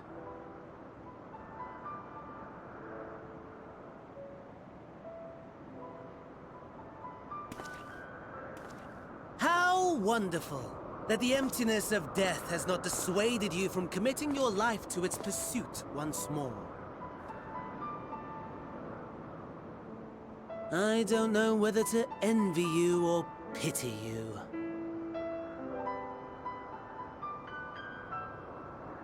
You question my disinterest, but what of yours? Despite your noisome antics, I sense you take little pleasure in this endeavor. Mercy, my lord. Such pointed barbs from one who barely acknowledges my existence. Nevertheless, you are mistaken. For I do find this part somewhat enjoyable. You see, when I was mortal, I would always have the same dream. It was a fragmented thing, disjointed, all the faces incomplete. The setting, too, was unknown to me, so I thought it simply a fantasy of my sleeping mind. Until one day, I realized it was showing me the truth. Much as your dream of the final days enlightened you.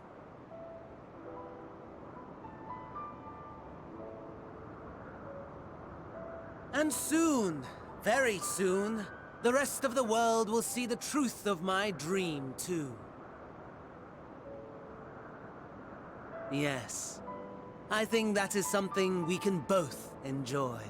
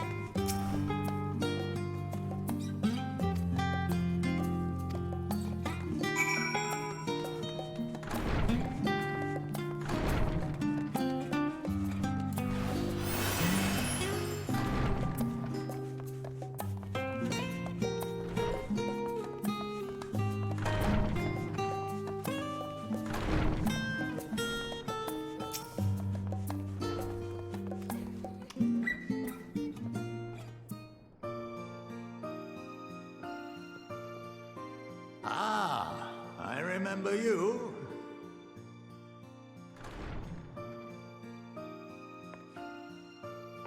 I pray we have not caught you at an inopportune moment. We wanted to offer our thanks for your kind words in the forum.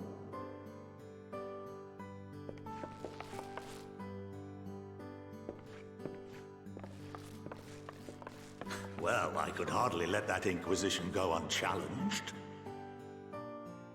I've always believed that curiosity should be nurtured, not stifled. Thankfully, a majority of my colleagues agreed. A slender majority, aye, but a majority nonetheless. Had the vote not gone our way, we would be having a very different conversation, if any at all. Though I'd like to think you would have not given up on our cause. I'm told you paid a visit to the annex afterwards. Yes, that's right. I was hoping to speak with the grandchildren of my dearly departed friends Galuf and Louisoix in a less dour setting. But it seems I just missed you.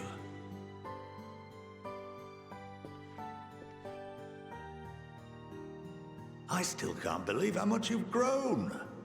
If only your grandsires could have seen the way you presented yourselves to the Forum. Why, it fair brought a tear to my own eye.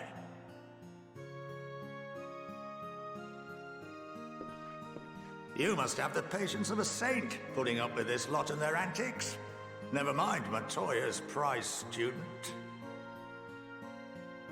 Luckily, I know a thing or two about managing unruly younglings. If you ever need advice, don't hesitate to ask.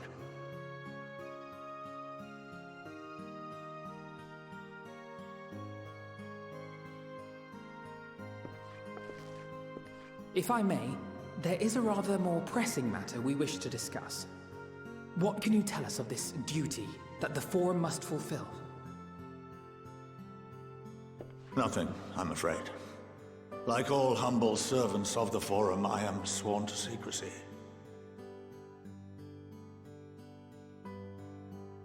Or rather, I couldn't tell you if I tried. Our duty is of the gravest importance.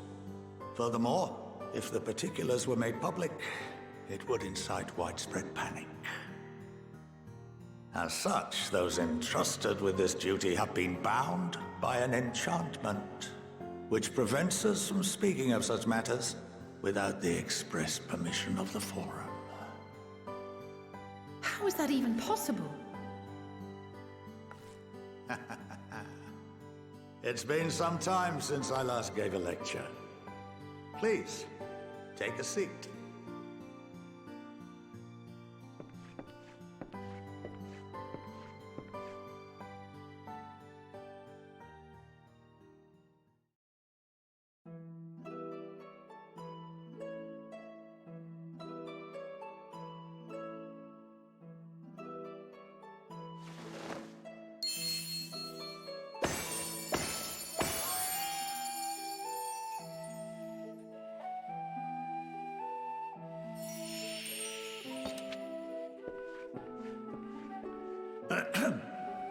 We shall begin by reviewing the fundamentals of etherology.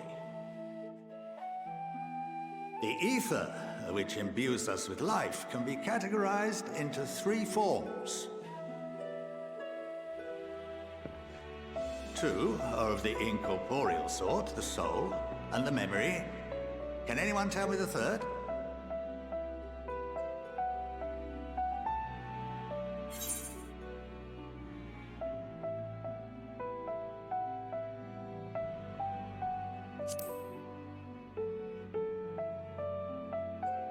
Yes, very good. This is the form with which the layman is most familiar. Consumed by even the simplest of daily activities and replenished by the food and drink that sustain us, this form of ether is in constant flux. In contrast, the ether that comprises the soul is rarely subject to dramatic change. The same can be said for memory, as the two are intrinsically linked.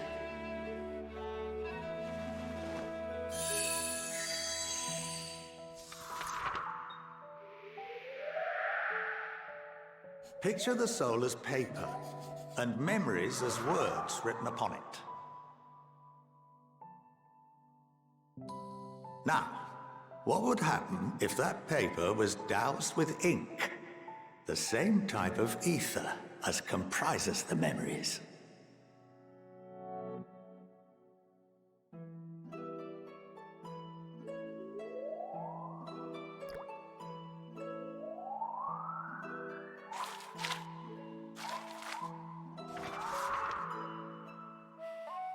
It would blot out everything that was written. Precisely.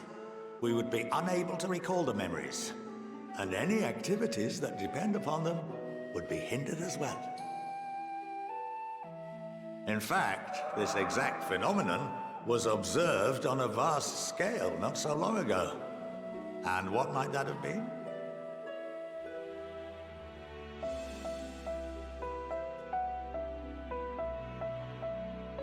The 7th Umbral Calamity.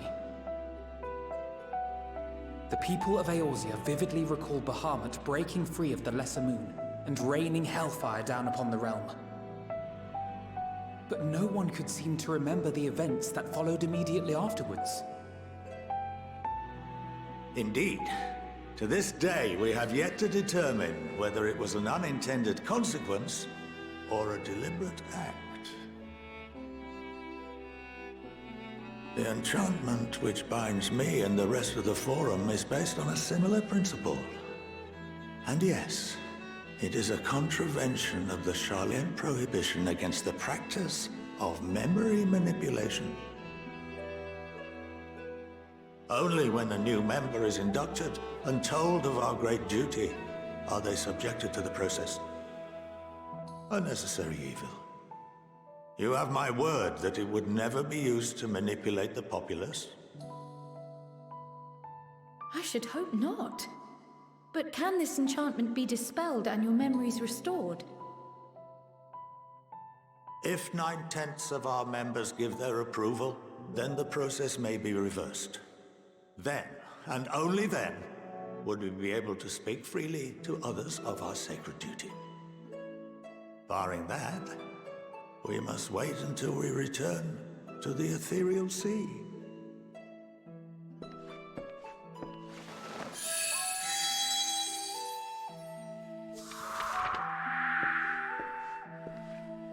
For there we will be purified, the blots upon our souls washed clean.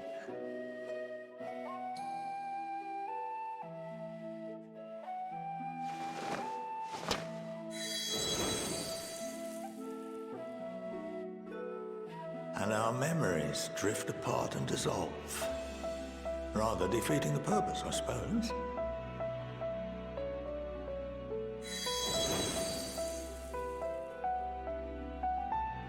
But there are those memories that are indelibly etched upon our souls, some believe.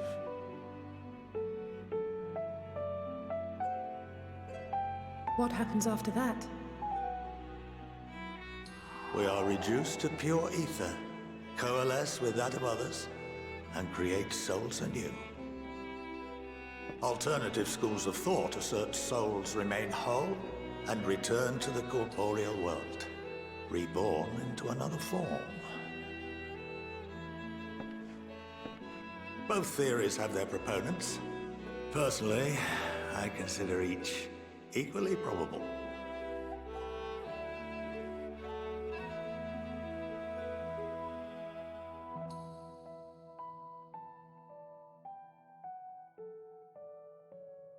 Well, I think that's enough education for today, now that I've given you some food for thought.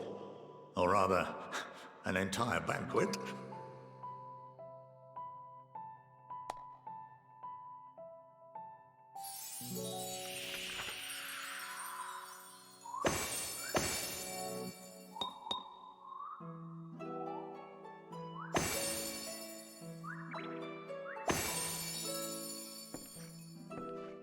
I would remind you that although I'm unable to assist you with certain matters, the resources at my disposal may still be of use to you. I'll arrange for you all to be given the run of Phenomenon.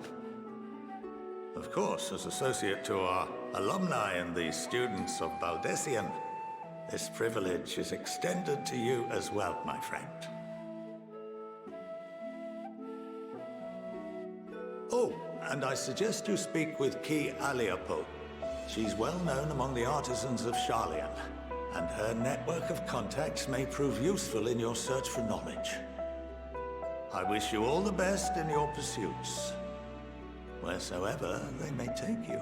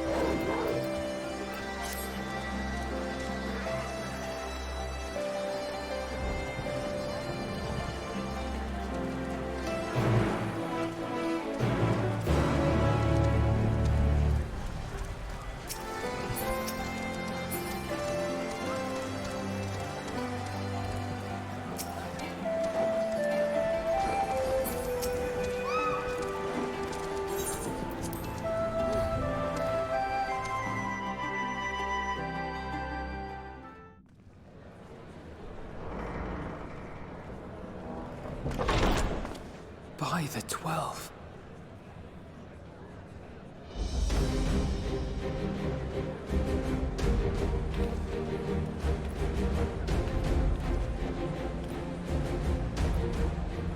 Glad you could join us. I hope you don't mind, but we went ahead and started without you. As you can imagine, our traveling companions were eager to become acquainted. 'Tis a rare thing indeed to see such a diverse and talented group of individuals assembled for a single purpose. We fight not only for the sake of Eorzea, but for the entire world, including the people of Garlemald. Much rides on the efforts of the Ilzabard contingent. Indeed, which is why I am glad to find myself in the company of many trusted comrades, yourselves included. Lucia. I have come at the behest of Lord Emmerich, who has honored me with the role of Ishgard's representative. And for the good of all nations, not least my former homeland, I am determined to see this mission through to its end. We have a hard road ahead of us, but walk it we shall, together.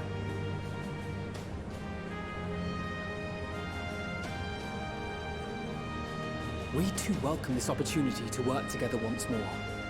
I have faith that, if there is a way to resolve this conflict, we will find it. Allow me to introduce you to the rest of our company. Everyone! If I may have your attention.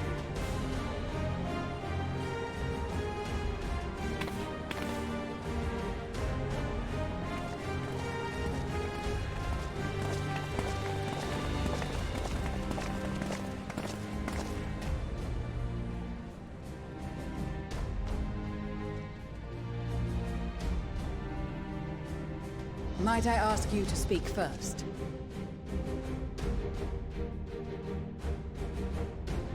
If I must. I am Arun Senna, spokesman for the Gridanian delegation. Here on behalf of my esteemed sister, the Elder Seedseer. We shall provide support and protection to those in need during our time in Garlemald.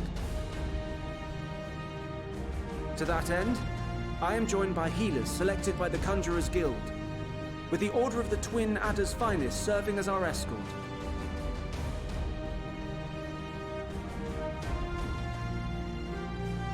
Of course, with an experienced white mage such as yourself accompanying us as well, those requiring more involved treatment will be in safe hands.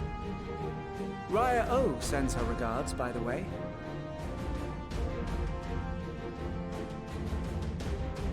Suppose I'd better say my piece. Wait, I know you. The name's Sicard, in case you've forgotten. Truth be told, I'd rather you had forgotten. Anyway, the Admiral asked Captain Hilfear to send his best, and for whatever reason, he picked me.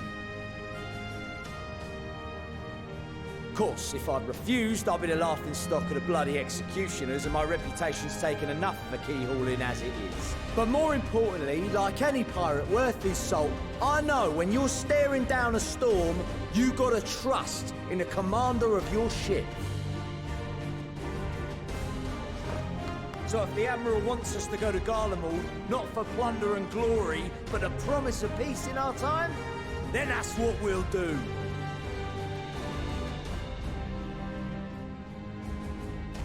Since we all know how much the Empire loves its steel, we thought we'd bring along a few smiths to make the most of it.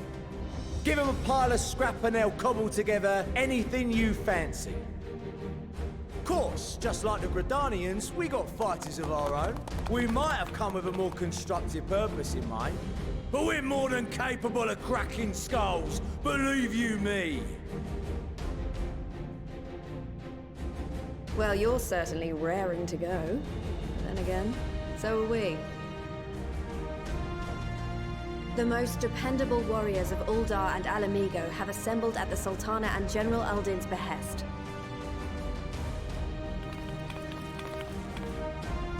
If Garlemald has truly fallen, then the whole place is likely to be crawling with Telophoroi. We'll need plenty of troops to clear and hold a path for others to follow. That's where we come in. Naturally, Marshal Terrapin and I will be leading from the front.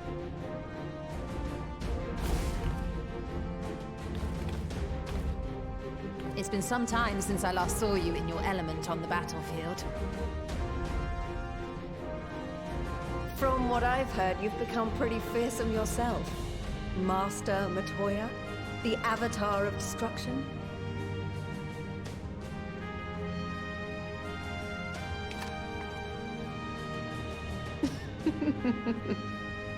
With comrades like these, I know we'll succeed, no matter what awaits us. And then we might finally get a chance to enjoy a good long rest. But until then, let's give it our all.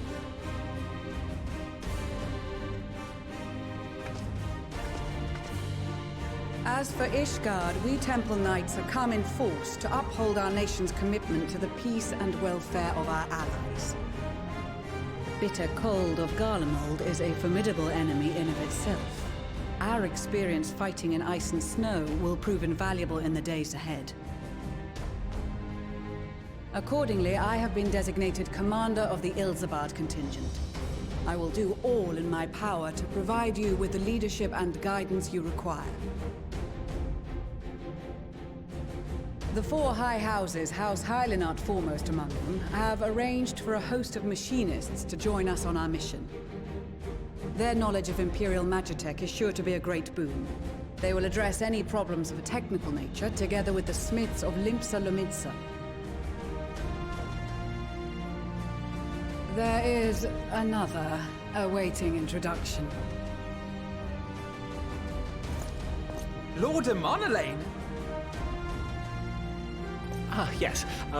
Emanolain de Forton, at your service. Though, lest there be any misunderstanding, I should stress that I've not become a fearsome warrior while you were away. Rather, far from it, actually. My brother, in his infinite wisdom, decided this would be an excellent chance to make something of myself. Oh, and fight for world peace and all that. But, should the opportunity arise for a spot of ballroom dancing, I will be your twinkle-toed gentleman of light.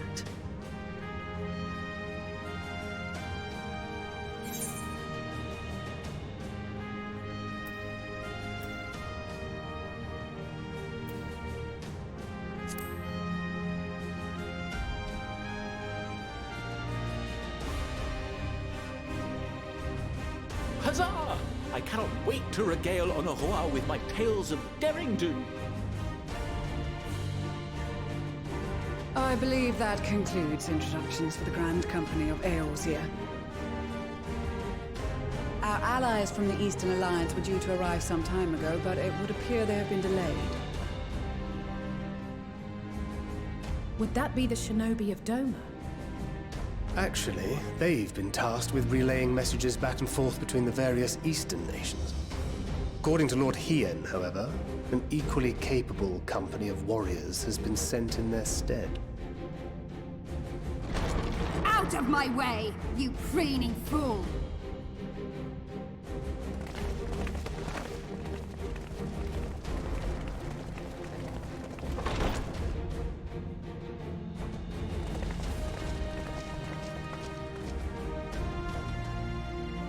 Forgive us for coming late. We are the delegates of the Eastern Alliance. Cyrena, and you've brought company. For battle and blood we come, as the steppe is sorely lacking in both. No towers befoul our lands, so we marched on those of Doma, only to find them beyond our reach. But now our thirst for slaughter will be slaked. No quarter to the enemy! Sadu Hatun, no. We go to make peace with the Iron Men, not war. Warriors of the Steppe, we've heard many tales of your bravery. We welcome you as allies. And these other ones you have brought are... Members of the Dalmascan resistance group, Lente's Tears.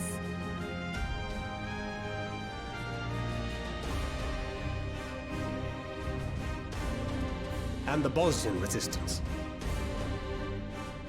Between them, they have a wealth of experience in espionage, and are particularly adept at infiltrating Imperial facilities. Which is fortuitous, since Garlemald's domain is so vast that I could never hope to handle reconnaissance duties all by myself. Dalmasca, Bosnia, Alamigo. All lands which have suffered the tyranny of the Empire. I would never presume to question your motives. Nevertheless, I must reiterate that our goal is to aid the victims of the Telophoroi, the common folk of Garlemald. And they are victims, make no mistake. Though I understand that many may struggle to see them as such. You're more right than you know. For every one of us that answered the call, there were a dozen that refused. Not only in Alamigo, but everywhere we went. And who could blame them? The Empire's always been the enemy. But after seeing what we've seen, fighting and working against and with Garleans, there's no denying the simple truth. They're just people. No different from you or I. They've got their share of liars and murderers, but so do we. So do we all. Fordola, who once swore herself to Garlemald, has proven herself a trusted ally time and time again. Every Eorzean here knows Cid Garland, the Imperial defector who shared with us countless technological wonders. Gaius bloody Baelsar himself is working to help rebuild Wurlid, a nation he once conquered. So you can believe me when I say that every fighter here understands and accepts that the Imperials are not monsters and are deserving of help. Or at least that they were able to put aside their feelings for the greater good. It won't be easy, but we're all determined to make this world a better place.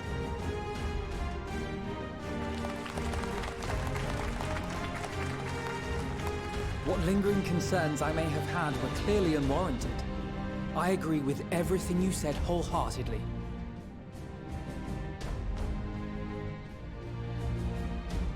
Then we are in accord. Now, let us review our strategy. To reach the Garlean capital in northern Ilsabard, we must cross the central mountain range. Fortunately, Garland Ironworks can provide aerial transport, sparing us this most treacherous part of our journey. However, attempting to fly any closer to Garlemald would attract the attention of the Telophoroi. As they appear to have seized control of the majority of the Imperial military, we must assume that includes its fleet.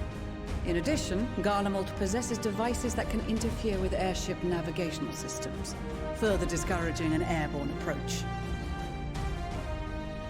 Given the circumstances, the closest we dare deploy our contingent is an area between the range and the capital, the Magna Glaciers.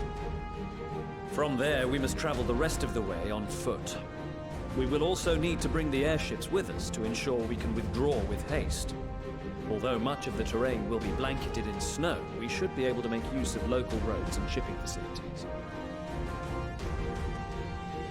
The vast ice field will afford us an unobstructed view of the surrounding area.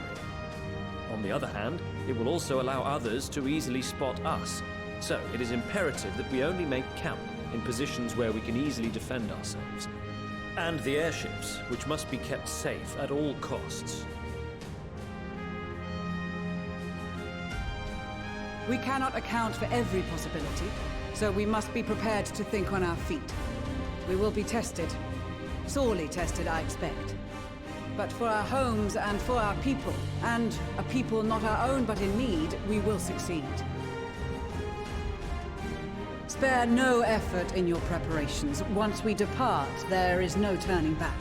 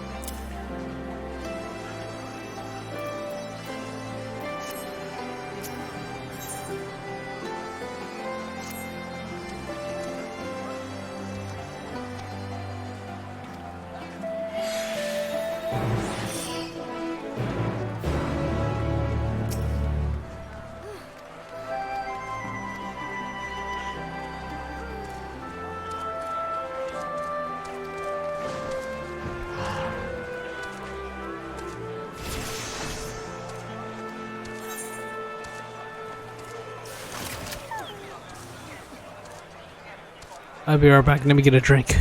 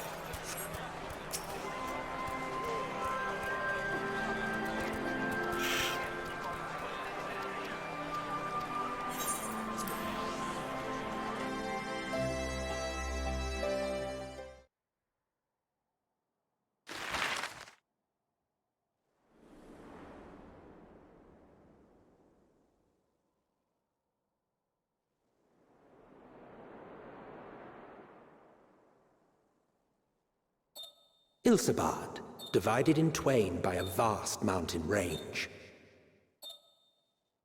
Those who would traverse its jagged peaks face peril at every step. But why go by foot when one can simply fly?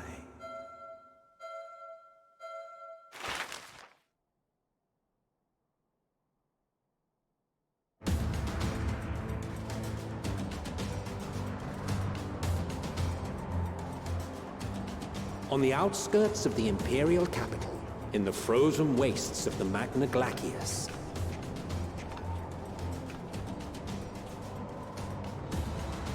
the winds howl in icy protest, as if to warn against further trespass.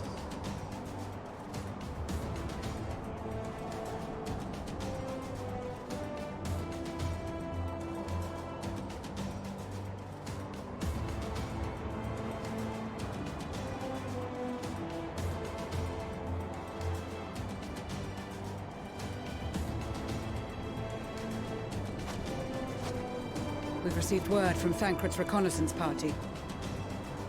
They've sighted a detachment of heavily armed Imperials.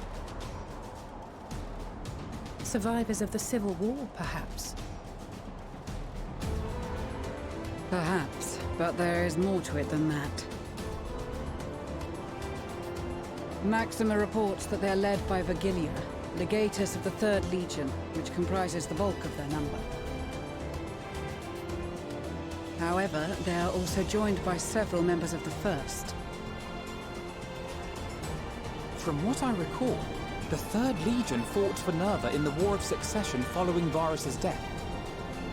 The 1st, on the other hand, were under the direct command of the Emperor and rejected Nerva's claim to the throne. These legions were enemies. Indeed. In fact, our sources claim that it was a conflict between them that sparked the Civil War. Yet now, these former foes cooperate to defend a ruined Garlemald from invasion. Then it is all but certain they have been tempered. So, what's the plan? If me and my crew is out reaving, we charge straight in, no messing about. But that ain't what we're here for. Quite right. Soldiers or no, they are people of Garlemald, the very ones we have come to aid. Direct confrontation is unavoidable. Nevertheless, we must make every effort to limit casualties on both sides. Rather than kill them, I would remove them from the field.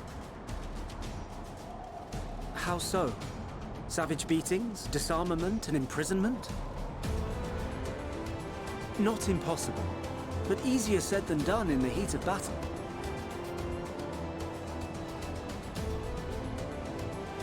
Having observed the opposition, I imagine Thancred had something to suggest? He did.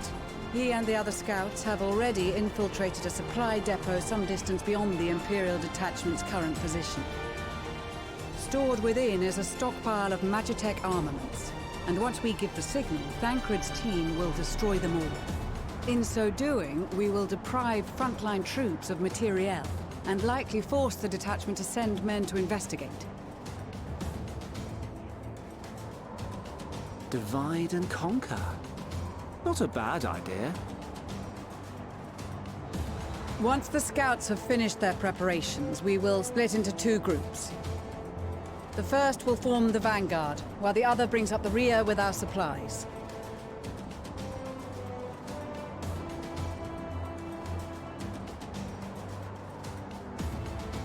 As for the Scions, I ask that you lend your assistance where you deem it needed most. I would prefer, however, that you accompany the rearguard and be prepared to join the van at a moment's notice. Kept in reserve as our trump card, so to speak.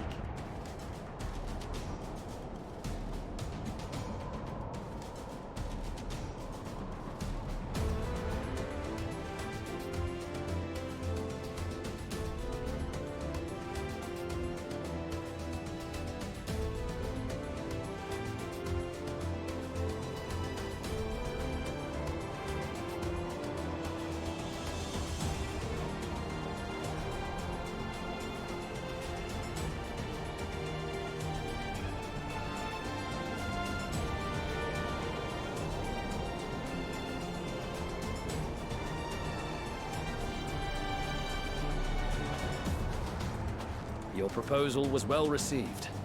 More specifically, they asked that we destroy the Imperial's toys in as spectacular a fashion as possible. Pistola always did have a flair for the dramatic. She's not an easy woman to please, but I shall do my best to satisfy her thirst for fireworks. All right, once more for my peace of mind. Our first objective will be to rig the enemy's Magitech with explosives. After we've withdrawn to a safe distance, we'll detonate them remotely. Our second will be to issue a deactivation command to the automated units via the control terminal. If our calculations are correct, this signal should reach those deployed on the front line, giving our friends a much-needed upper hand.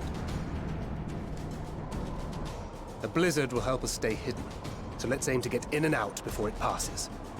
Trust in the plan, and we should all live to see tomorrow.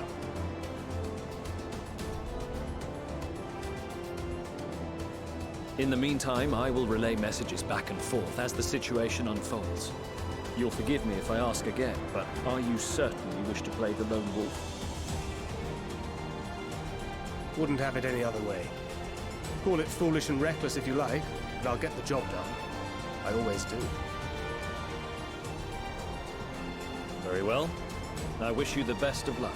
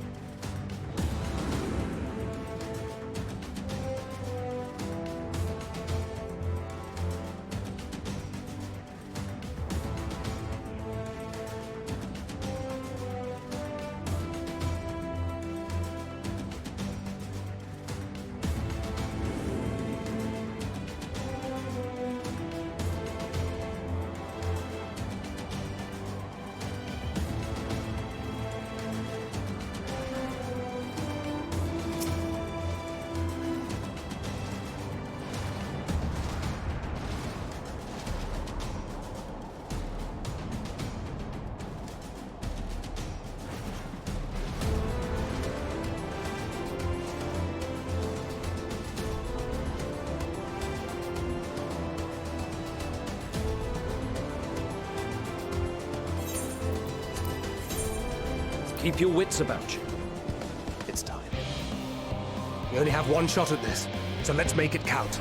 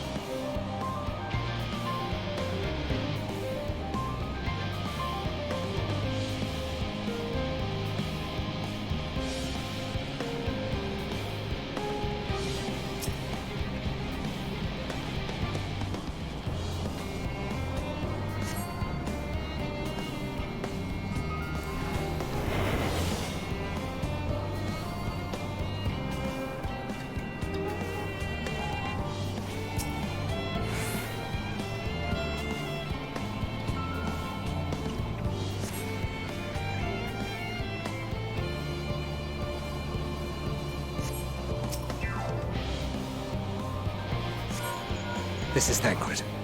The explosives are in place. Very good. All is proceeding as planned. Head to the control terminal. It should be to the northwest. Understood. Have the others wait at the rendezvous point.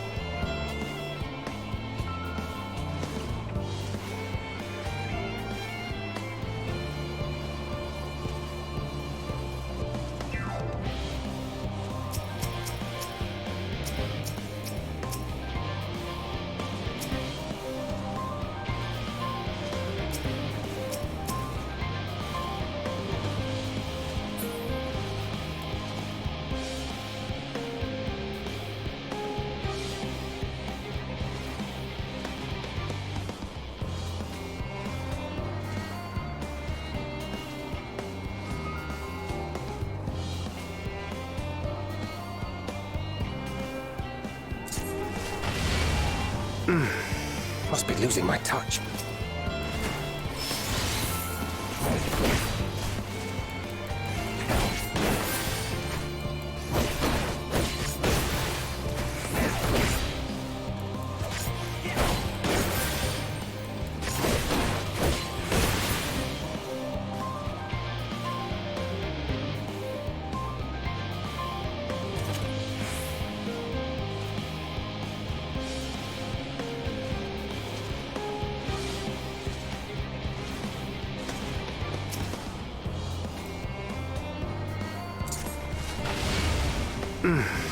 Must be losing my touch.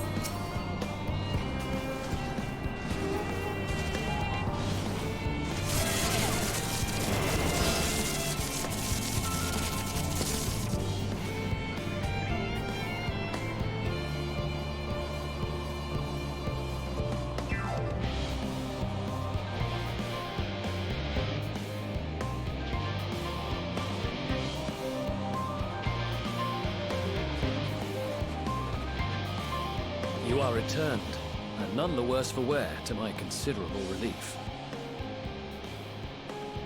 What news from our comrades? They stand at the ready. Excellent. Then let the fireworks begin.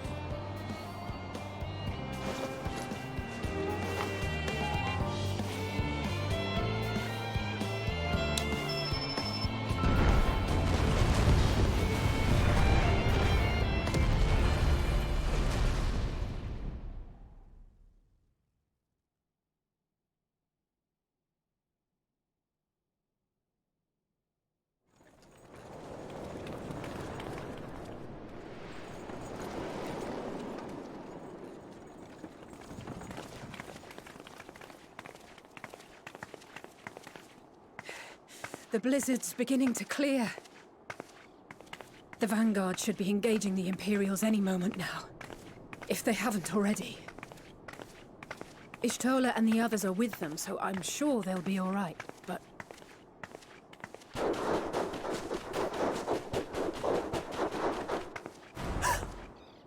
Wait! Something's coming!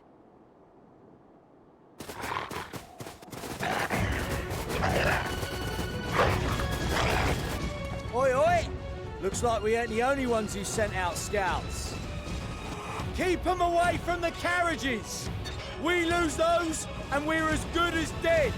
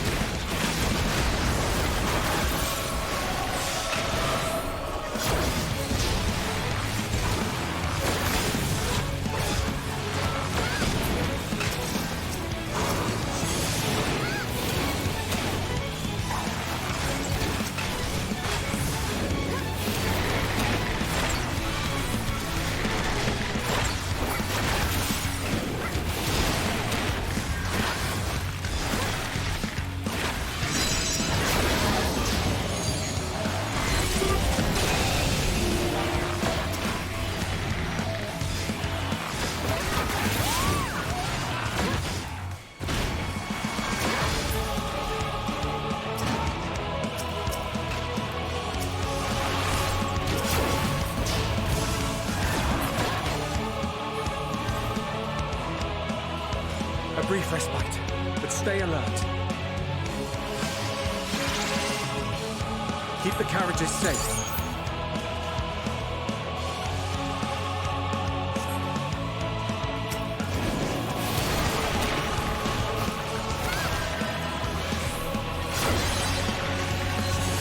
What impeccable timing! Fear not, friends! The savior of Ishgard is here!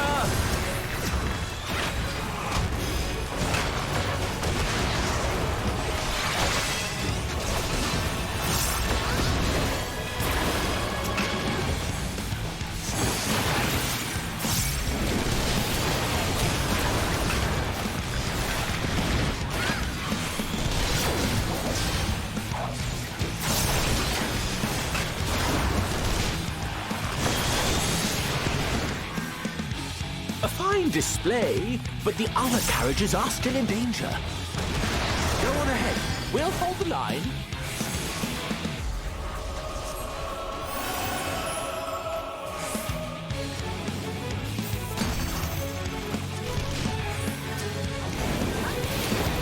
We're the only ones still struggling. Time we put our backs into it then.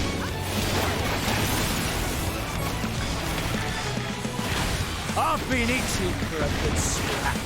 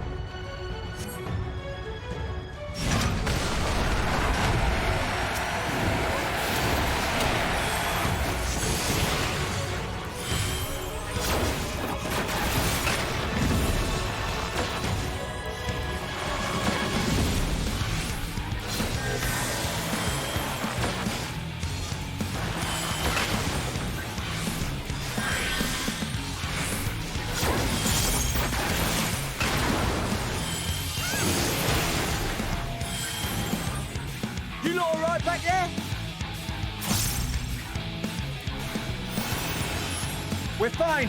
I'm ready for more. Hear that? Get to the front and turn the tide.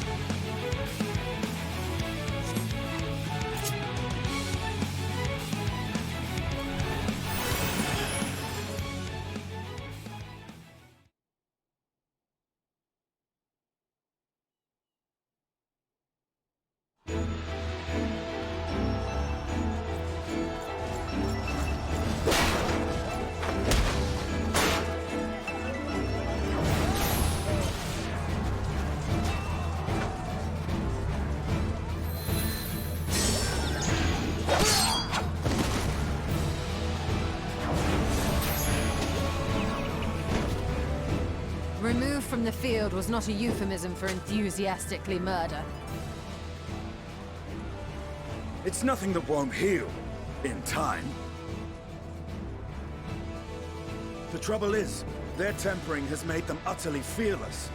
Subduing them would be easier if they had the capacity to submit in the first place. Well, this is the path our young chargers would have us walk, and that we all agreed to follow. You knew it would be hard, yet still you pledged your lance, did you not?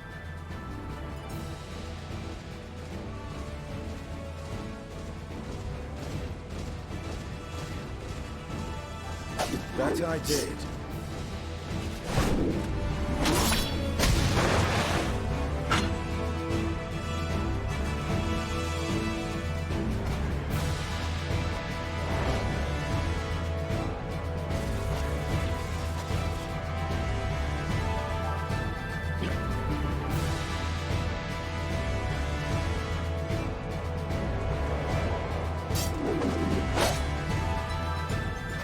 That's for Gilia. Damn it. I need to help the others take her down.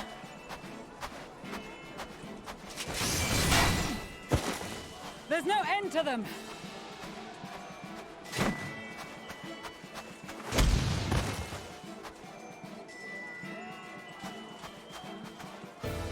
I was wondering when you'd turn up.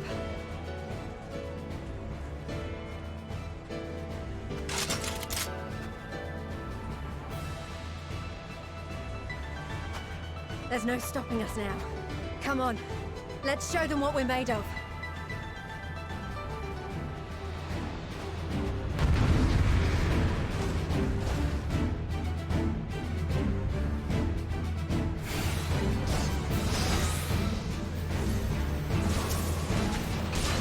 We have them now! Forward!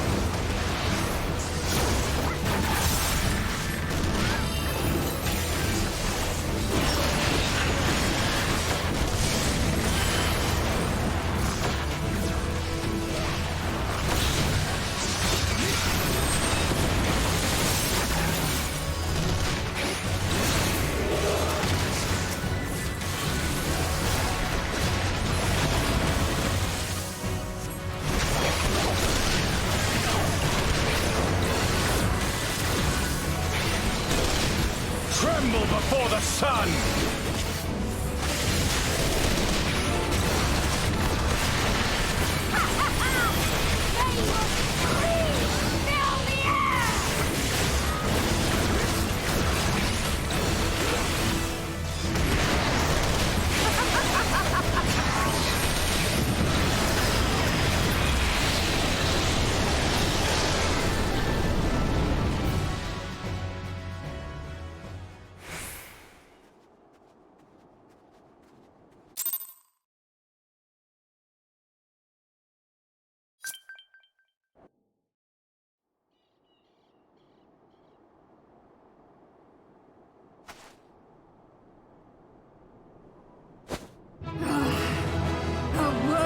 Adversary! Rest! Recover! Reclaim yourself! Then we will fight again! To the death! Sadu Hatun!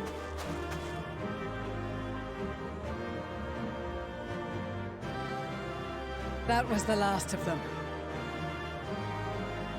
The day is ours, thanks to your timely arrival. What of the supply caravan?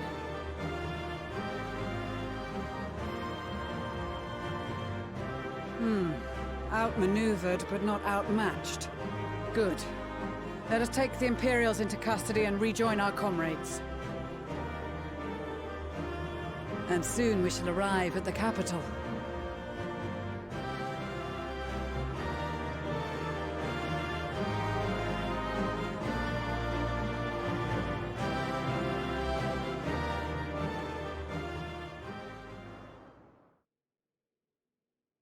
So cold and unforgiving. Thus spoke Emperor Solus as he gazed upon his barren domain.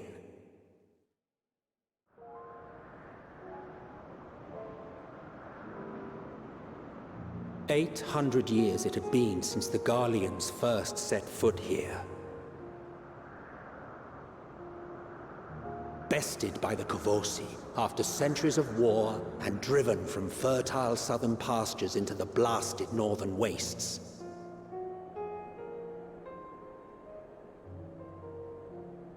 In that garden of desolation, they clung to one another for warmth, freezing, hungry, desperate, hated.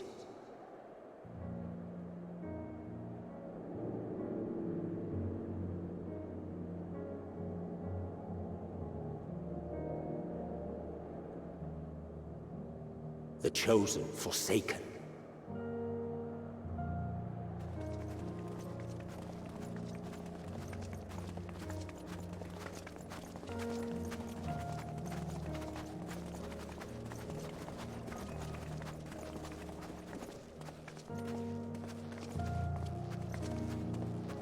In the year 1513 of the 6th Astral Era, a young legatus named Solus single-handedly sparked the Magitech Revolution.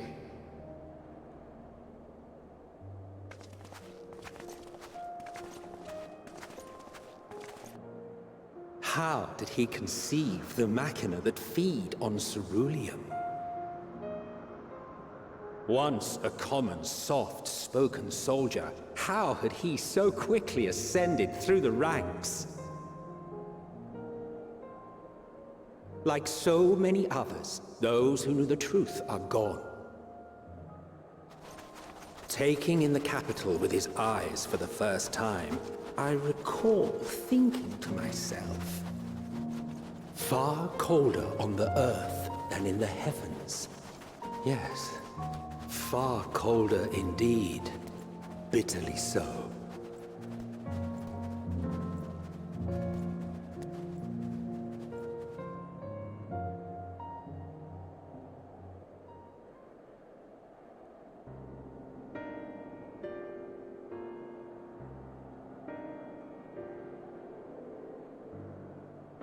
Not so much as a whisper. The roads leading beyond the city walls would have been used less in recent years. Nevertheless, this was one of the most important gateways into the capital. A buzz day and night with activity, aye. Merchants passing through the checkpoint, many of them stopping at the local hostelries. Surely they cannot all have been tempered. We can consider the question after we have made camp. If we spend any longer outside, we may well freeze to death where we stand. The tempered Imperials, too.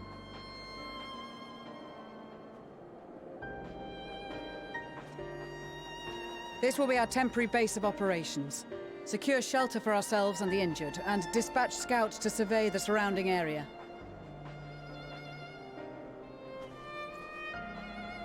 If we're planning on staying here a while, we ought to give this place a proper name. Well, the constant sound of ice cracking underfoot makes me think of broken glass. An apt name, perhaps. But enough of this. To work, everyone!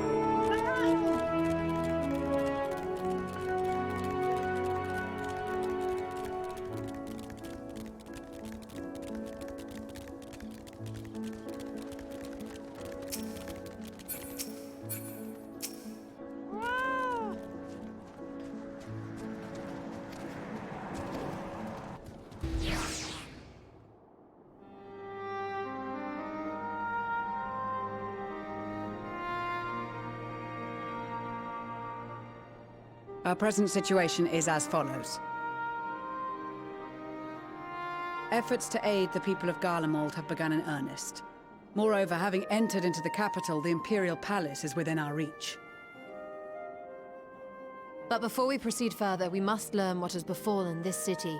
For therein lies the key to understanding and combating the Telophoroid's designs. I have a suggestion, if I may.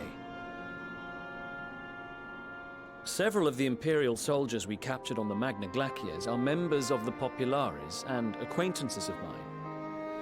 Once we have cured them of their tempering, they should be able to give a reliable account of the events leading to the capital's downfall. A promising idea. I will assist the healers in their ministrations.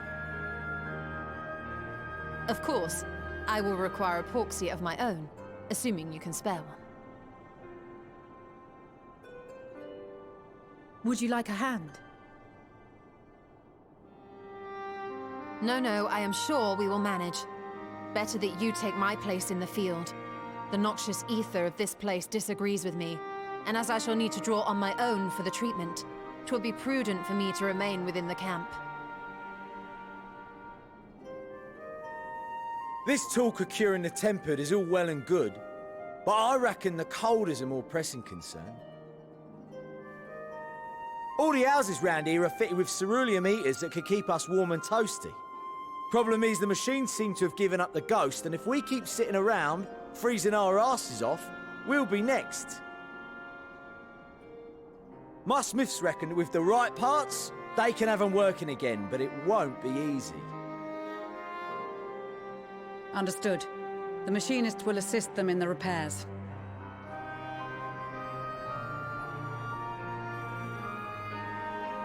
The rest of us should either stand watch or survey the area.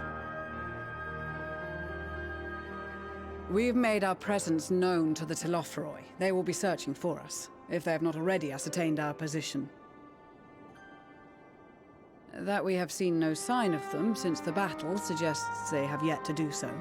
However, I suspect they may be biding their time. Or perhaps we are beneath their notice.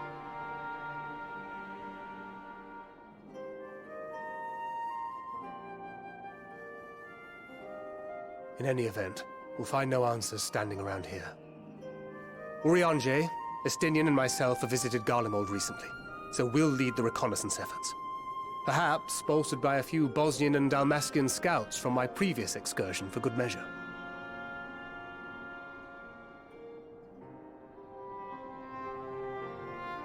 Don't forget about us Alamegans. We have experienced scouts of our own. Well now, this is turning out to be a rather sizable team. With such numbers, we should be able to cover a wide area with relative ease, including that surrounding the Imperial Palace. How about you, Graha? I have a feeling we'll find a use or two for that vanishing spell of yours.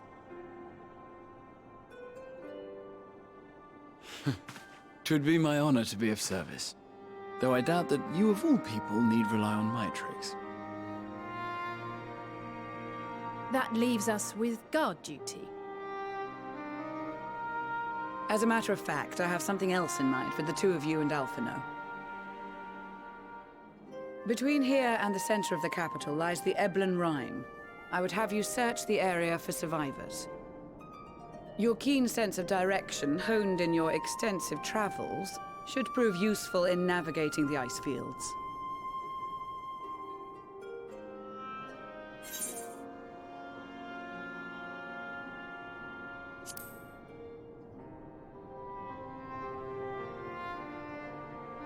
I have faith that you will, and look forward to greeting you on your safe return. You all have your duties. Let us make haste. May the Fury bless and keep you.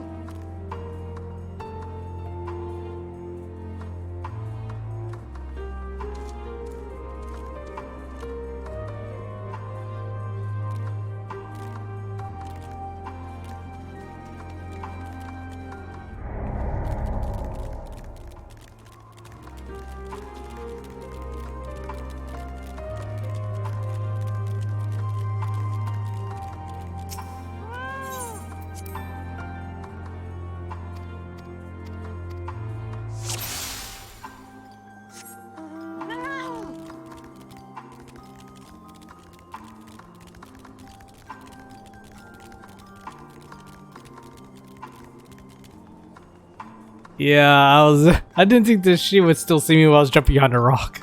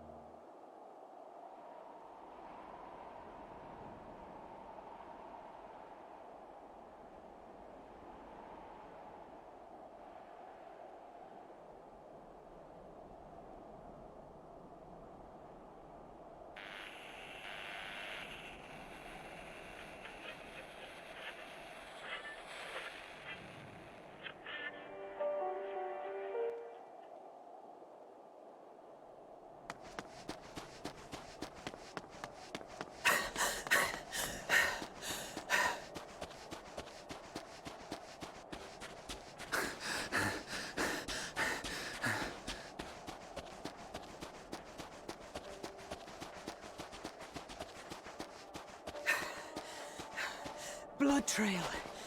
We found one. They were attacked.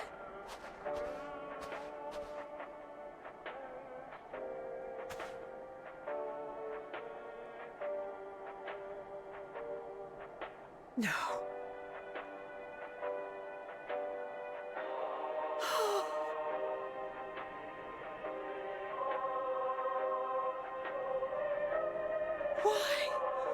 Why wouldn't they?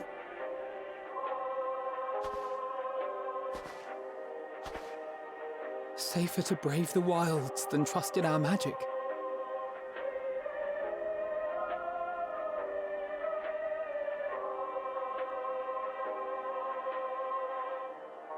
We should have... I should have...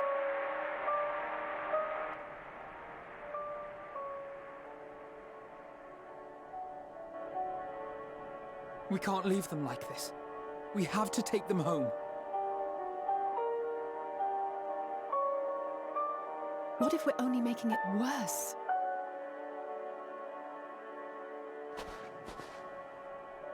Maybe we don't belong here, but neither do they. Not out here in the wind and the cold.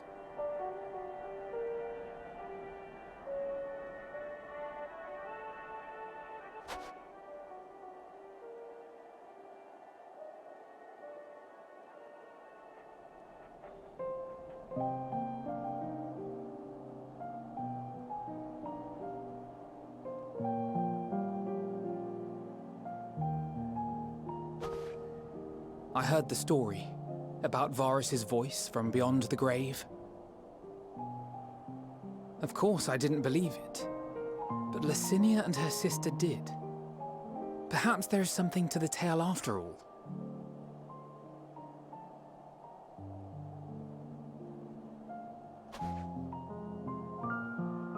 I want to understand, so I'm going to borrow this for a while, if that's all right. You had every reason not to trust us. We came as trespassers, invaders. But I pray that in time, we will be more than that to you. That we will find a way to help your loved ones. And see that no more children are left to freeze alone in the snow.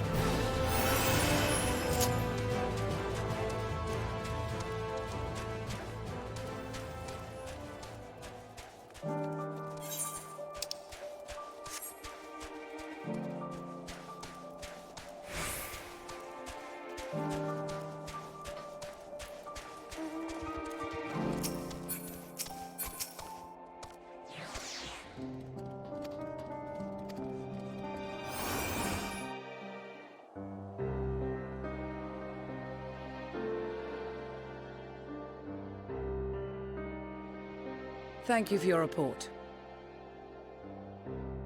We shall inform the troops of these developments, and instruct them to proceed with the utmost caution should they encounter any survivors.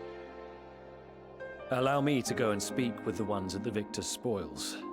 They may be more willing to listen to a fellow Garlean and accept our offer of assistance. I pray you are right. And though I am loath to burden you any further, should there be an appropriate occasion to speak of Licinia and her sister, please do so.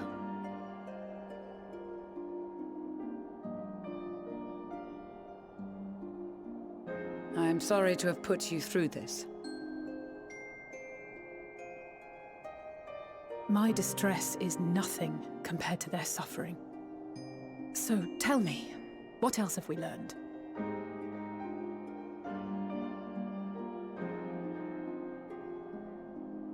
As you may have already heard, we have succeeded in curing the members of the Populares, Maxima identified.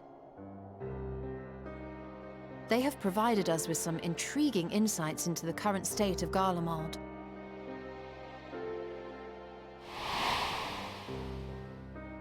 The assassination of Emperor Varus was the catalyst for the civil war. Nerva declared his claim to the throne, and his opponents refused to recognize it. Fighting broke out in the capital, where Nerva's 3rd Legion clashed with the 1st, who remained loyal to Varus even after his death. Of course, even Imperial warmongers would balk at the idea of turning their shining city into a battleground. Like burning down the wood to spite the wasps. Neither side would be so mad. Unless something or someone inflamed their animosity to such an extent that they could not help but act against their better judgment.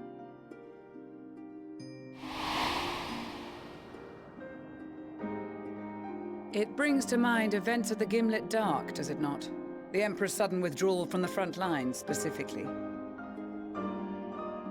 Nerva and his father, Titus, Varus's then political rival, took advantage of rumors that Crown Prince Zenos had been possessed by a demon. Elidibus, what better way to disparage your enemies than with the truth, or a close enough approximation? Indeed. But before their accusations could be substantiated, many of Titus's followers were silenced. While some were merely stripped of their status, others died under curious circumstances. One after another, suddenly and suspiciously. Again, Elidibus. Like as not, he had a hand in it. No evidence was found to implicate Varus, certainly. Nevertheless, Titus, Nerva, and the 3rd Legion would have judged it a brazen attempt by the Emperor to rid himself of his political enemies. And then, in the midst of this growing turmoil, Varus Sosgalvis is murdered.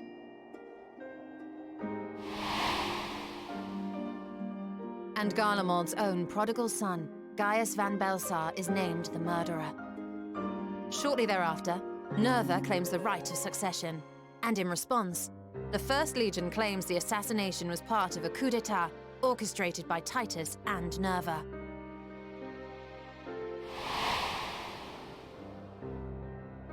So no one is at fault, and everyone else is to blame.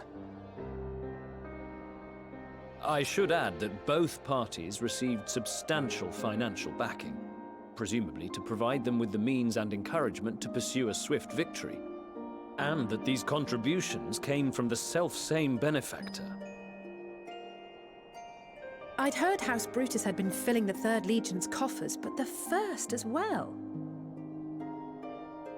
It would seem so.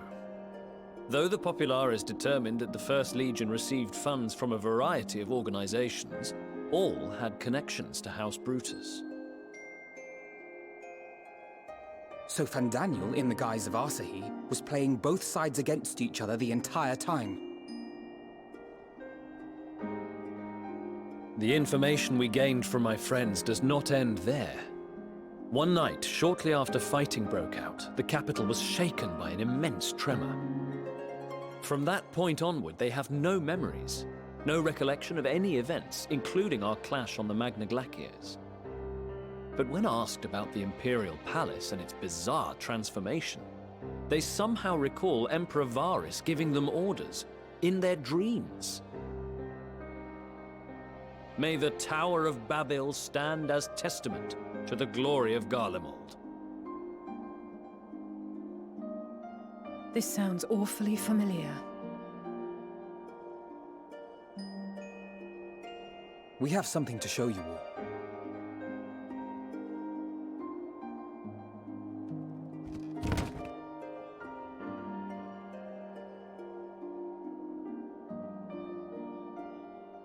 Varys spoke to them through this radio. Perhaps it was a recording, but if not, that would be inexplicable.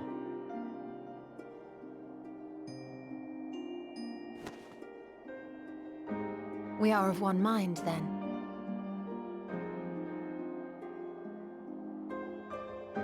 The ether that permeates the ore used in this device is almost identical to that of the talismans. I see it. While it is likely more by coincidence than design, these devices might also ward against a primal's influence. A picture is beginning to form.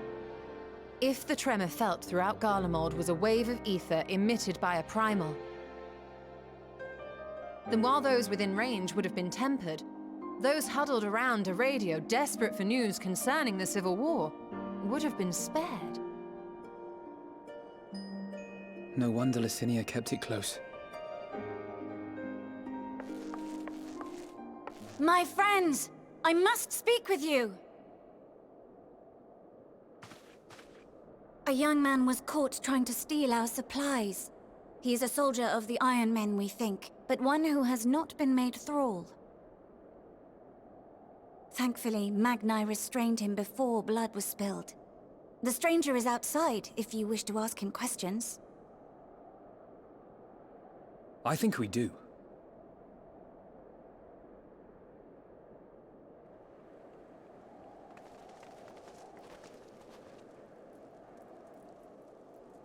Who do we have here?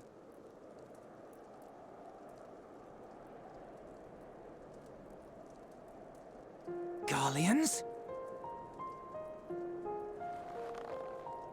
Traitors to your homeland! Have you no shame?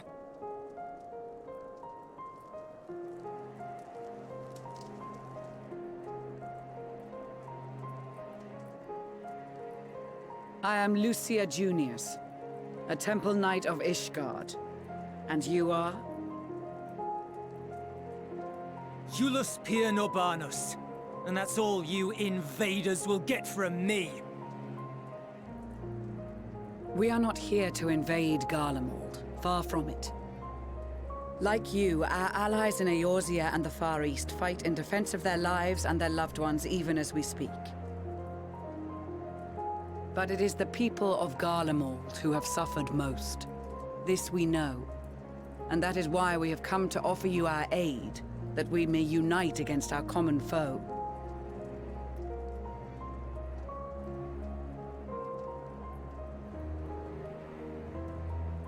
Whether you believe me or not, those are the facts. Now, answer me this. Why would a proud soldier of the Empire be reduced to stealing? The situation must be dire indeed for you to go to such lengths.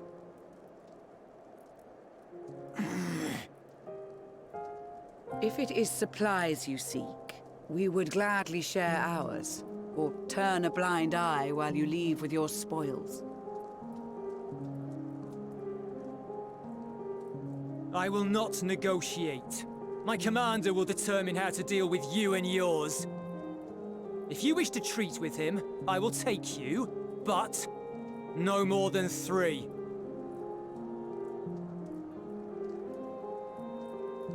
I don't much like the sound of that.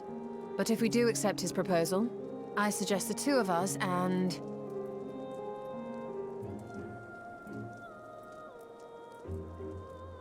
Please allow me and Alize to act as envoys. May I ask why? We have seen with our own eyes the hardships the Garleans face. How their futures and lives hang in the balance. It's not the warmest invitation, but it's an opportunity to prove our intentions true. Maybe not a chance to make things right, but a chance to make them better.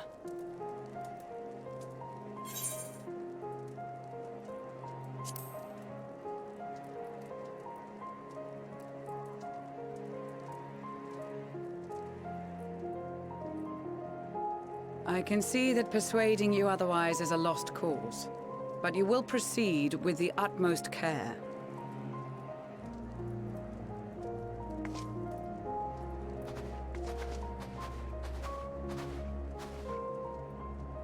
Couple of children and what? A sellsword? Is this an insult? Not in the least. You will find that they are more than qualified to speak on our behalf. There are many dangers on the road ahead. I will need that back.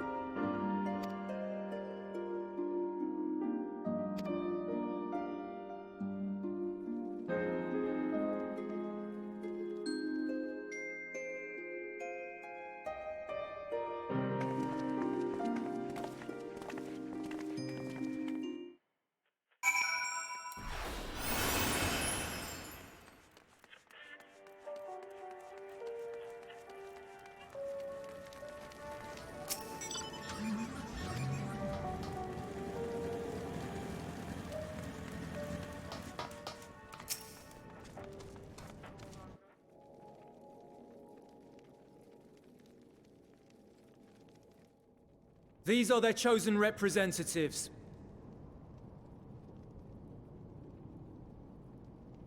Very well. Let us hear what they have to say. Yes, sir.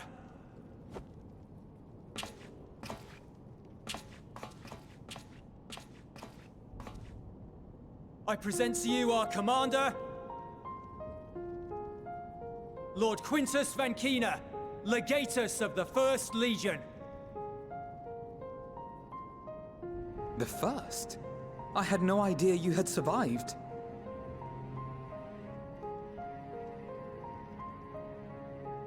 We lost our Emperor, our city, more than half our troops. For my wounds, I may never take the field again. But we survived, aye. In a manner much to your liking, I dare say. We have no intention of adding to your misfortunes, nor do we bear you any ill will. Spare me. Though you children may speak in earnest, overtures of peace ever ring hollow in my ears. So long as man stands to profit from his neighbor's suffering, war is inevitable. Driven from our ancestral homeland into this blasted waste. Yet still you yearned to rob us of our paltry scraps. 'Twas only with Magitech that you learned to keep your distance. Though we knew it was only a matter of time before you regrouped and returned. Conquest and Empire were our only defenses. Emperors Solus and Varus understood this, and through their campaigns saw us grow and prosper. Much blood has been spilled in Garlemald's name, aye. But if it is a choice between yours and mine, then it is hardly a choice at all. I do not deny that a great many conflicts throughout history were driven by the desire or necessity to gain by another's loss. That is not why we are here. Nor have we come to petition your aid in the war with the Telophoroi, grave though that threat may be. Our purpose is simply this. We wish to help you. Let us help you. If there is aught that can be done to ease your plight, we would be glad to do it. Perhaps you would.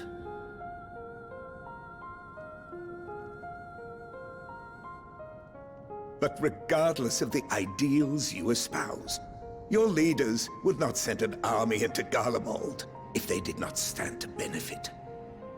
If we accept their aid, they will expect their efforts to be rewarded once the Telophoroi are no longer a threat. And after compensation and concessions, the great empire would be brought to heel. Her enemies rejoice at her downfall. Our third eye, a mark of shame. We won't stand idly by and let your people be humiliated. And we're not alone in that. We only want to make a difference, to make this world of ours better. Surely you can understand that. What I'm trying to say is, there are so many people who just don't care about making you suffer. And maybe that's almost insulting after all the suffering you feel the world has subjected your people to, but believe it or not, that's the truth. And now we're here, and all we're asking is for you to tell us what you want, what you hope for. So much blood has been shed, so much lost. All because of this endless war. Who wouldn't want to end it? Can we not work together to face our problems as one?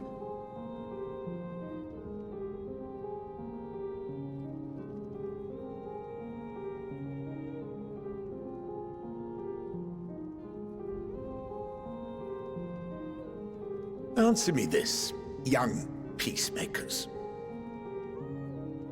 If a world without conflict is your desire, why reject the unity and prosperity of Garlemald? Is it because we do not share your faith? That we do not share your heritage? That our ideals and virtues differ? That we cherish and hold in the highest that which you do not? Disparity is the root of discord, and peace built on compromise is flawed and fleeting. Happiness for one and all is a dream, and the reality is that to the victor go the spoils. That is why we Garleans will never submit nor surrender. For freedom and for pride, we will remain true to ourselves until the bitter end. That is my hope.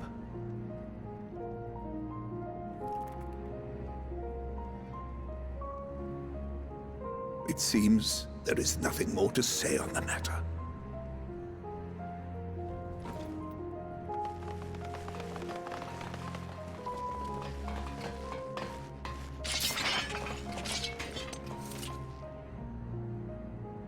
You will remain here while I decide what is to be done with you. Do not be alarmed. No harm will come to you if you cooperate.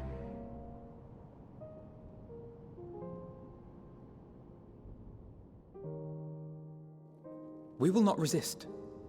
However, as your guests, I ask that we be allowed to speak with the other members of your group. As you wish. I had no intention of locking you up, as by dawn you would be frozen stiff and you're no good to me dead. You are free to move about the encampment, but there is one condition. Collar them.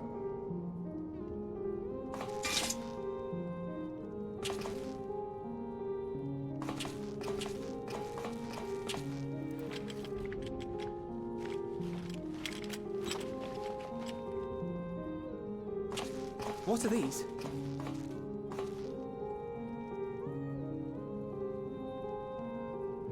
Incentive.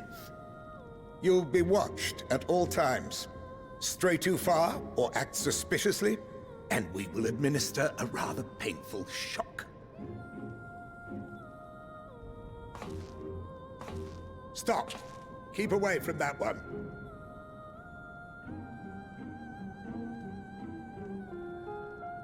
The champion of Eorzea is not so easily cowed.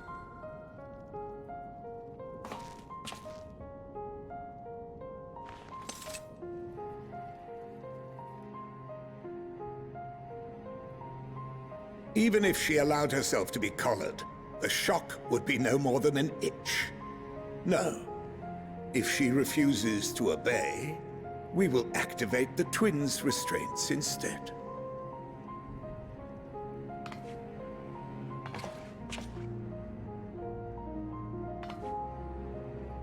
You needn't worry about us. We'll forget we're even wearing them soon enough. Even now, you still... Why go to such lengths? What is it all for?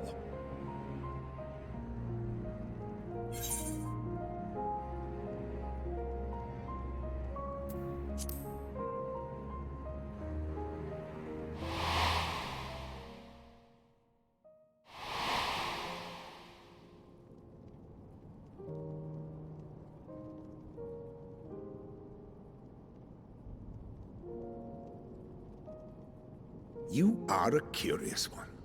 A far cry from the merciless barbarian others paint you to be. You will be their warden. Take them away.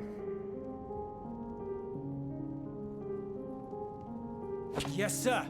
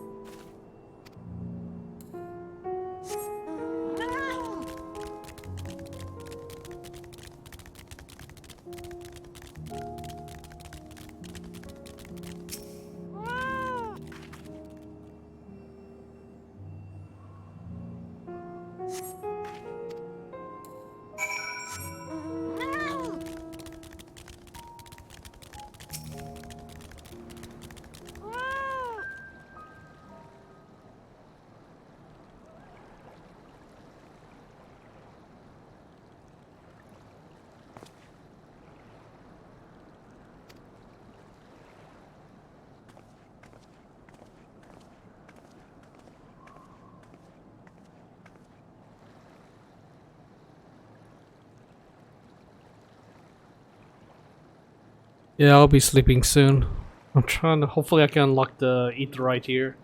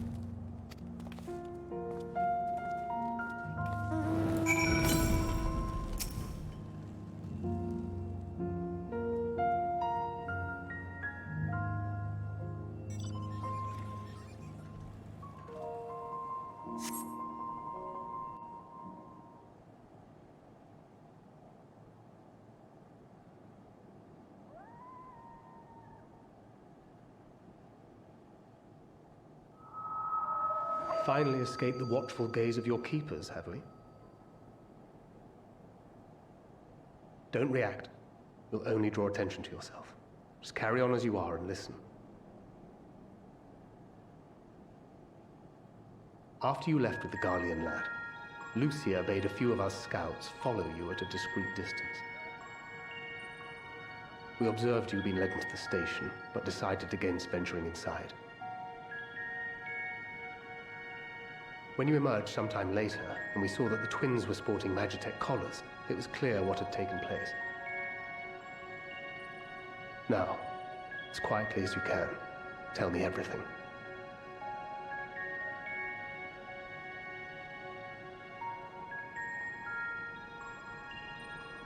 The Legatus himself, eh?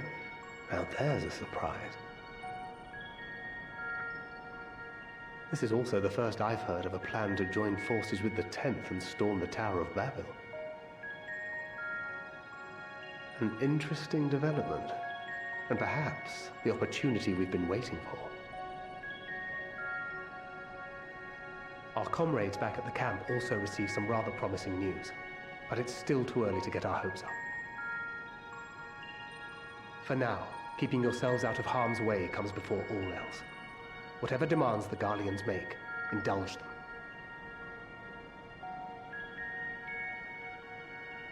With luck, this will all be over soon. Until then.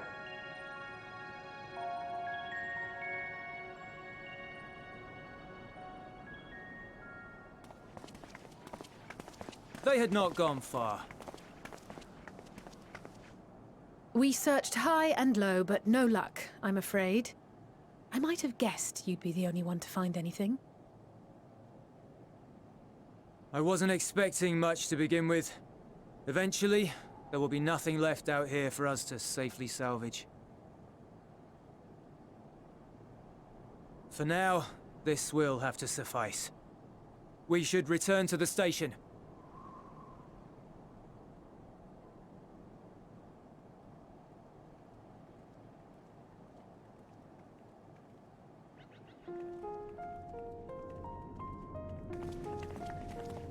Ah, there you are. Heard you'd gone hunting for ceruleum above ground. Brought back a king's ransom? Hardly. But thanks to these three, we have enough to last a little while longer. Well, well. It's not at all what I was expecting, these ones. For savages, they seem positively docile.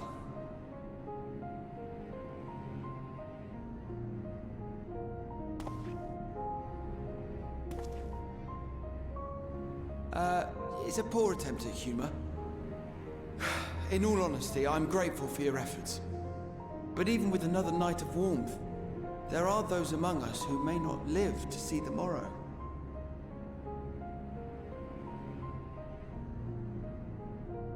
I trust your expedition was fruitful. Lord Quintus!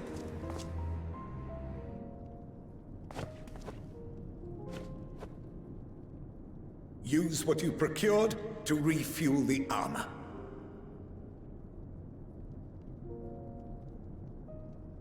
But, sir, what about the heaters for the camp?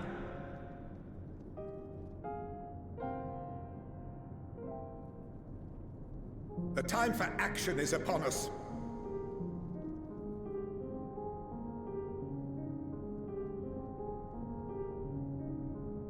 My men and I have matters to discuss. In the meantime, you are to wait here. Do not forget, you are being watched.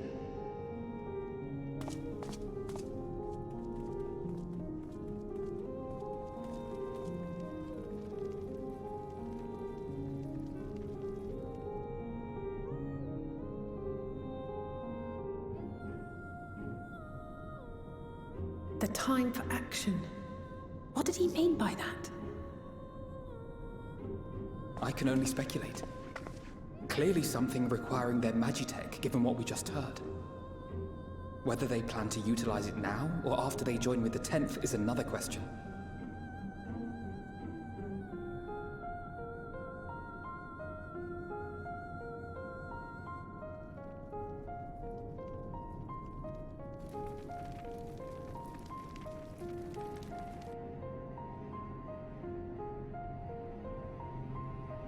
Will they ever escape this cold?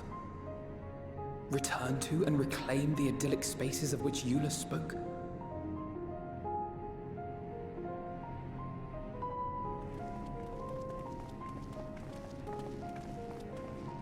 Finished your war, Council?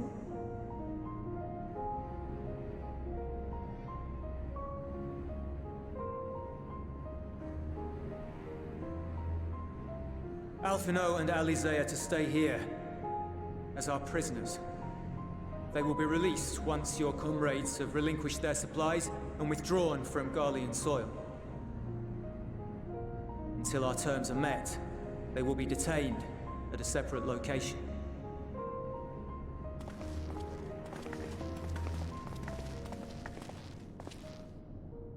After everything we've said and done, this is how you treat us. Our allies have but limited supplies. They may stave off cold and starvation for a short while, but what then?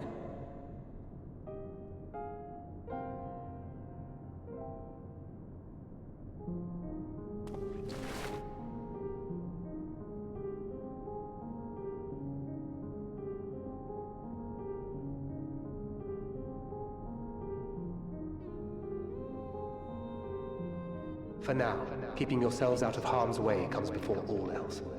Whatever demands the Garleans make, indulge them.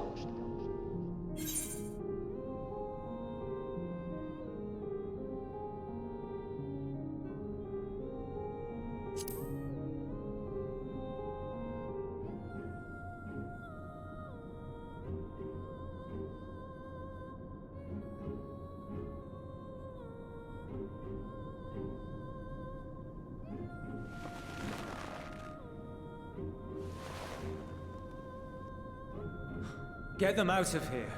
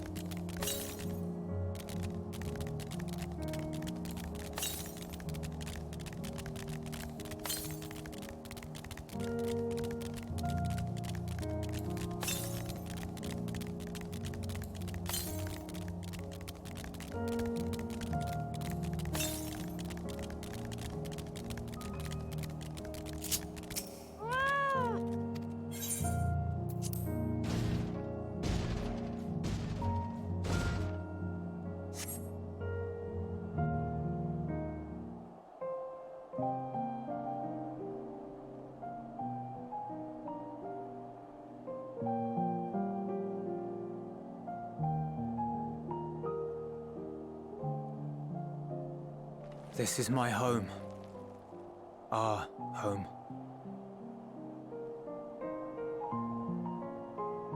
At least it was until that night. I was with Lord Quintus when the capital fell, and thus spared. My family, who did not own a radio, were less fortunate. When dawn came, I made my way here. My parents, my little brother and sister, they were still inside. But they weren't themselves, and they tried to. And I had to.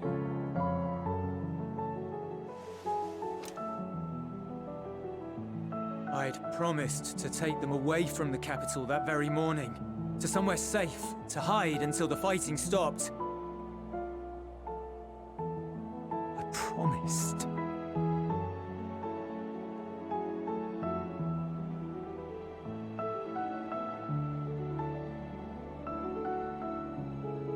Garlean flag bears a chain, the bonds between our countrymen.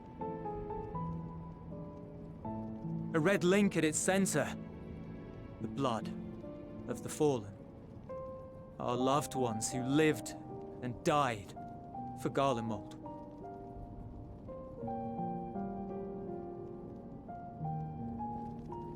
But if she too fell, who would be left to remember them and their sacrifice? What enduring proof would there be that they were ever here? If we had turned to your gods, would they have saved us?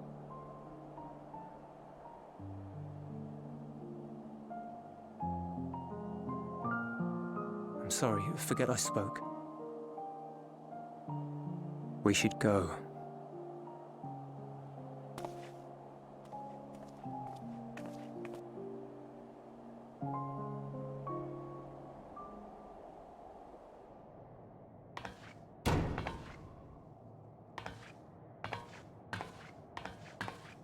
It's no use. Believe me, I do not enjoy being here any more than you. But she wanted us to play along, so that is what we will do.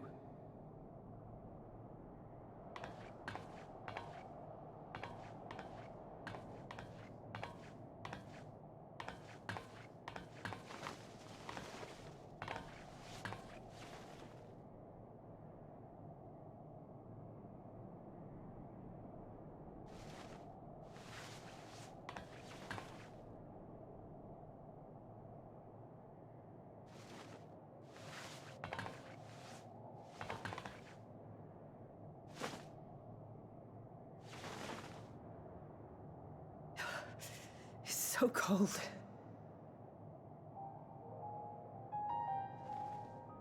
Painfully so. Unbearably.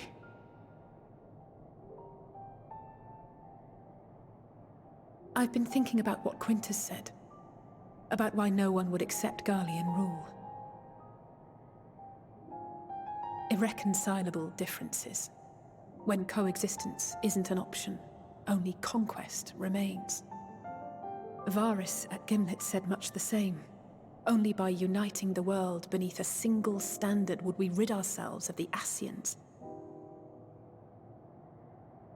United as one people, one race cleansed of imperfections. A cold and unforgiving vision. And when we fail to live up to their standards, what place is there for us in their world?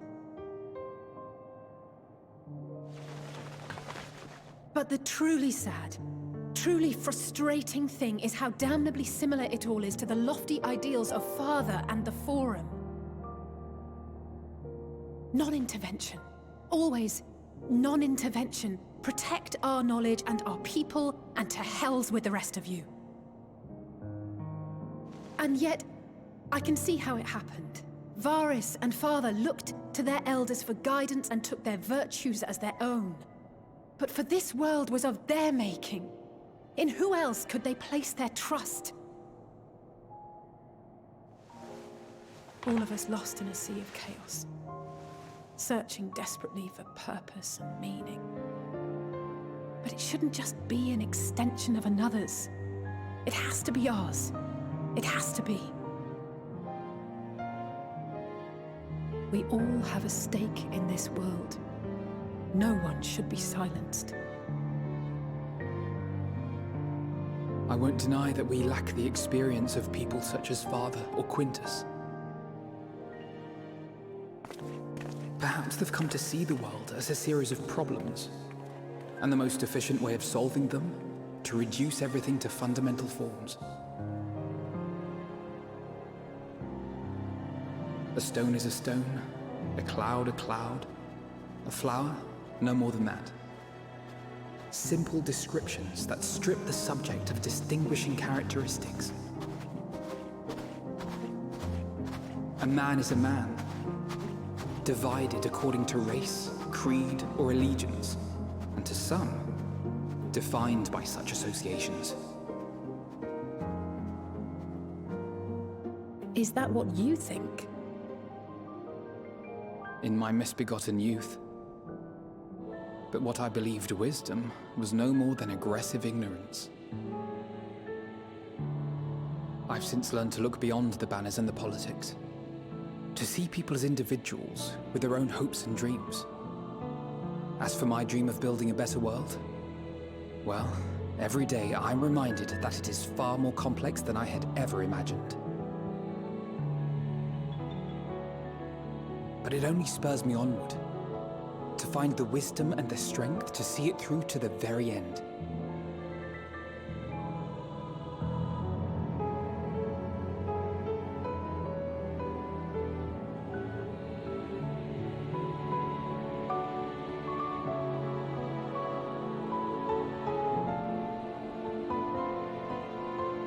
All of our supplies and an immediate withdrawal. These are your conditions? Demands. And you forgot about the airship. Once again, you will leave one behind. It will be used to return the prisoners. Their collars will be removed prior to the exchange.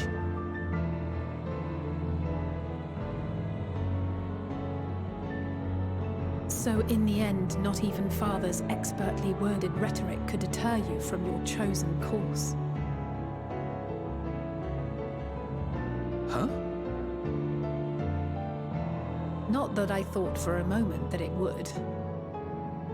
I've no love for violence, of course, but ours is a cause worth fighting for. I just wish he'd realize it too. Sometimes the only way to protect the ones you love is to take a stand, to refuse to suffer in silence. I want you to know I share your conviction. Whether it be on the battlefield or in the debating chamber, I won't back down. I guess what I'm saying is...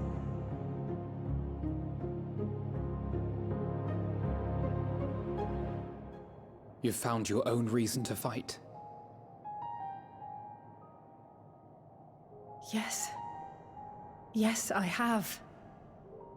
God's willing, there will come a day when we can finally lay down our arms, and there will be peace. But not until the Telophoroi have been defeated once and for all. And you, brother, will have a vital part to play. By your words and deeds, you'll lead the way. I pray I am up to the task. There'll always be naysayers. Those who think us fools for even trying.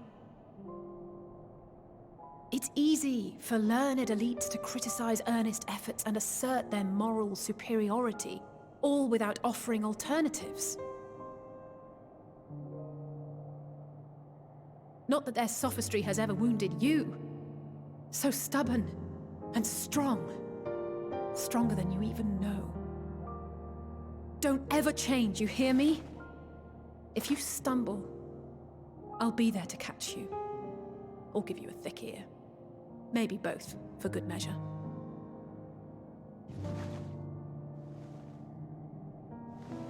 Thank you, Alice.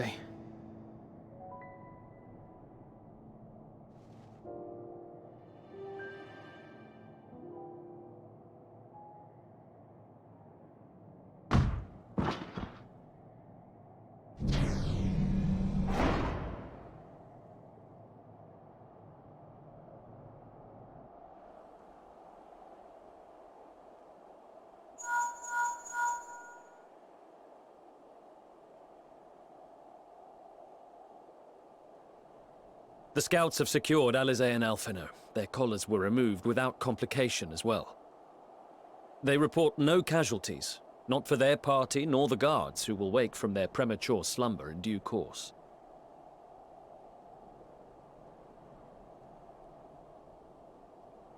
It would appear the situation has changed. I propose new terms. We have information that will be of great interest to Lord Quintus, and I wish to speak with him in person.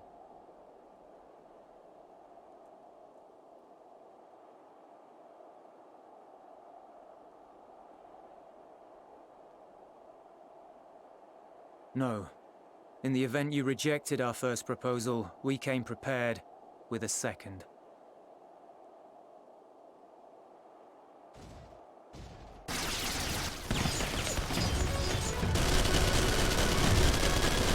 Ambush!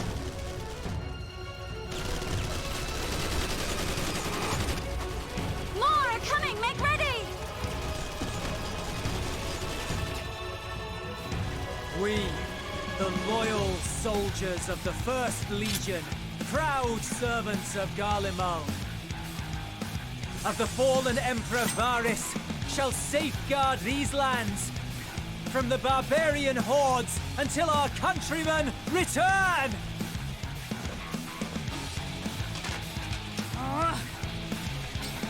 Stop, both of you!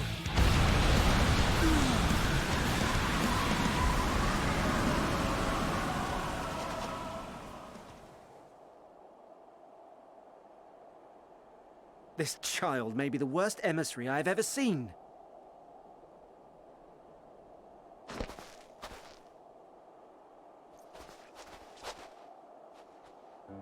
We received an urgent communication from the Grand Company of Eorzea. Envoys from the Imperial Army, led by members of the 10th Legion, came to Alamigo and requested an audience. They explained that their efforts to coordinate the reclamation of the capital with the aid of the 4th, 5th, 8th, and 12th had ended in failure. Communication between most legions has broken down entirely.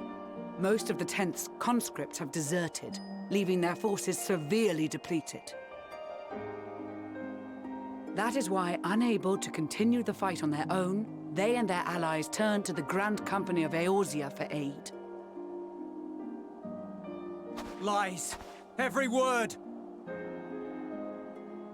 It is the truth, and I have not finished. The 10th has requested that we deliver a message to Lord Quintus.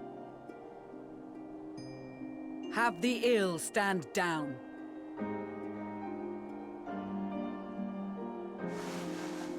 You have been listening, my lord? What are your orders?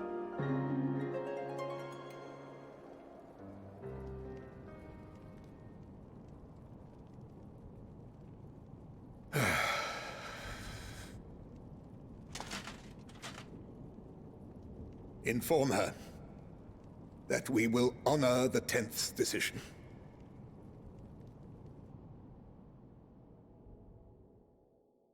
Bereft of hope, and now dignity.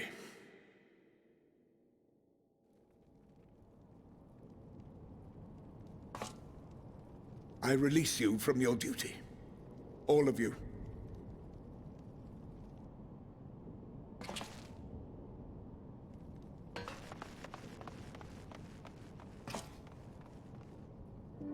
I take solace, your radiance, in the knowledge you are not here to witness our debasement. 'Twas a grand, glorious dream we shared. Of a world united, of peace and prosperity.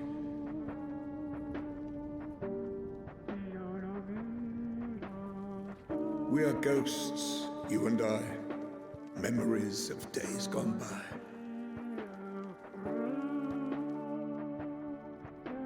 Bonds forged in blood that I will not see tarnished.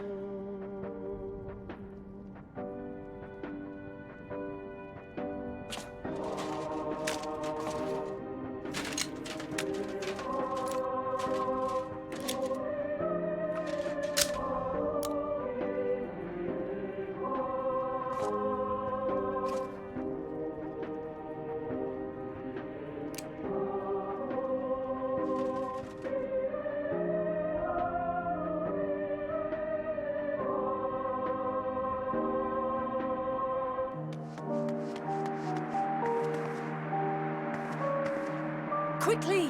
We have to reach the station before it's too late.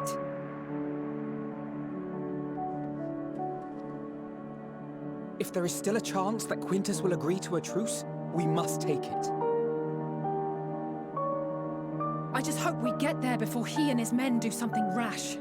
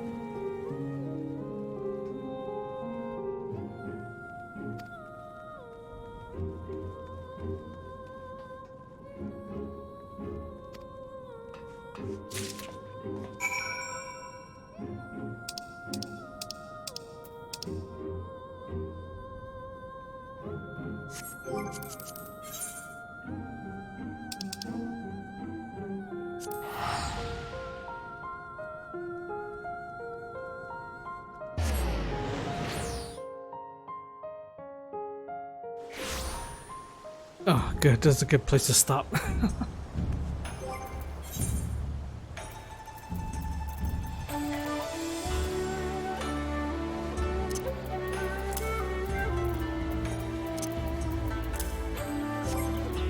Let's see. What I got Dragoon gears for my Reaper. Actually, my Reaper. Oh shit.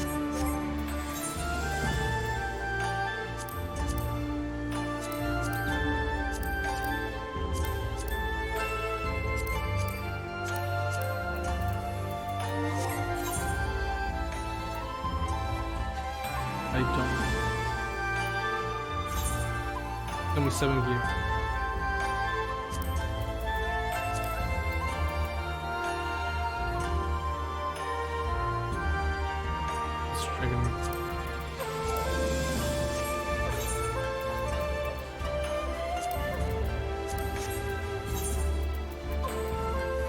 Okay, so the left gear I can get rid of, since they don't share.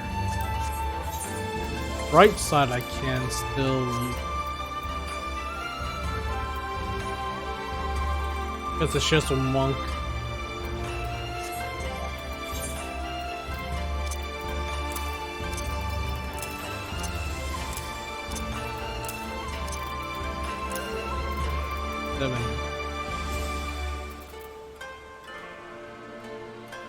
I don't. Oh, I guess I'll hold on to this just in case.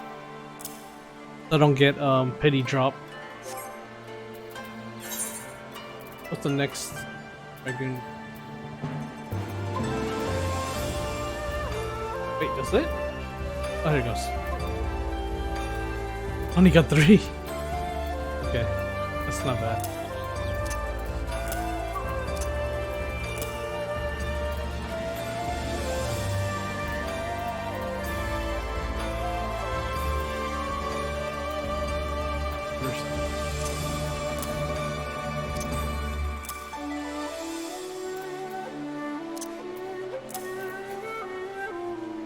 I have this. I don't know. The 72. Wait, why do I have 72 gear? Oh, this is for the for my sage. Sage 80 gear.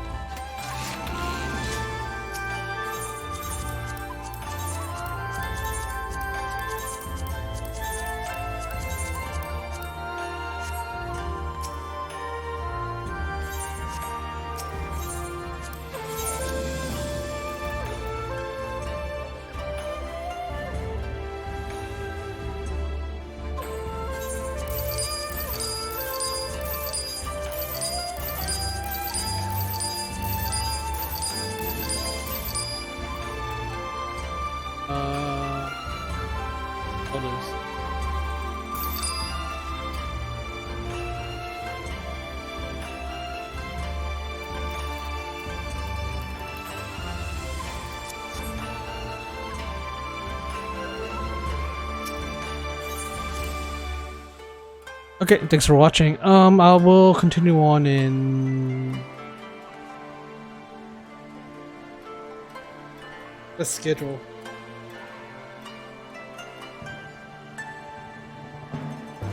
I'll be playing Reaper in the morning.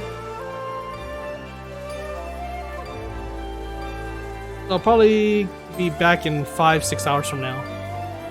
7-8 o'clock in the morning. Hopefully I can get past the queue.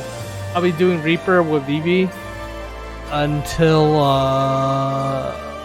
noon, and then I'll be continuing on with the storyline with Cash and everybody else. Okay, so thanks for watching. Have a good night. Stay safe and be happy. Peace.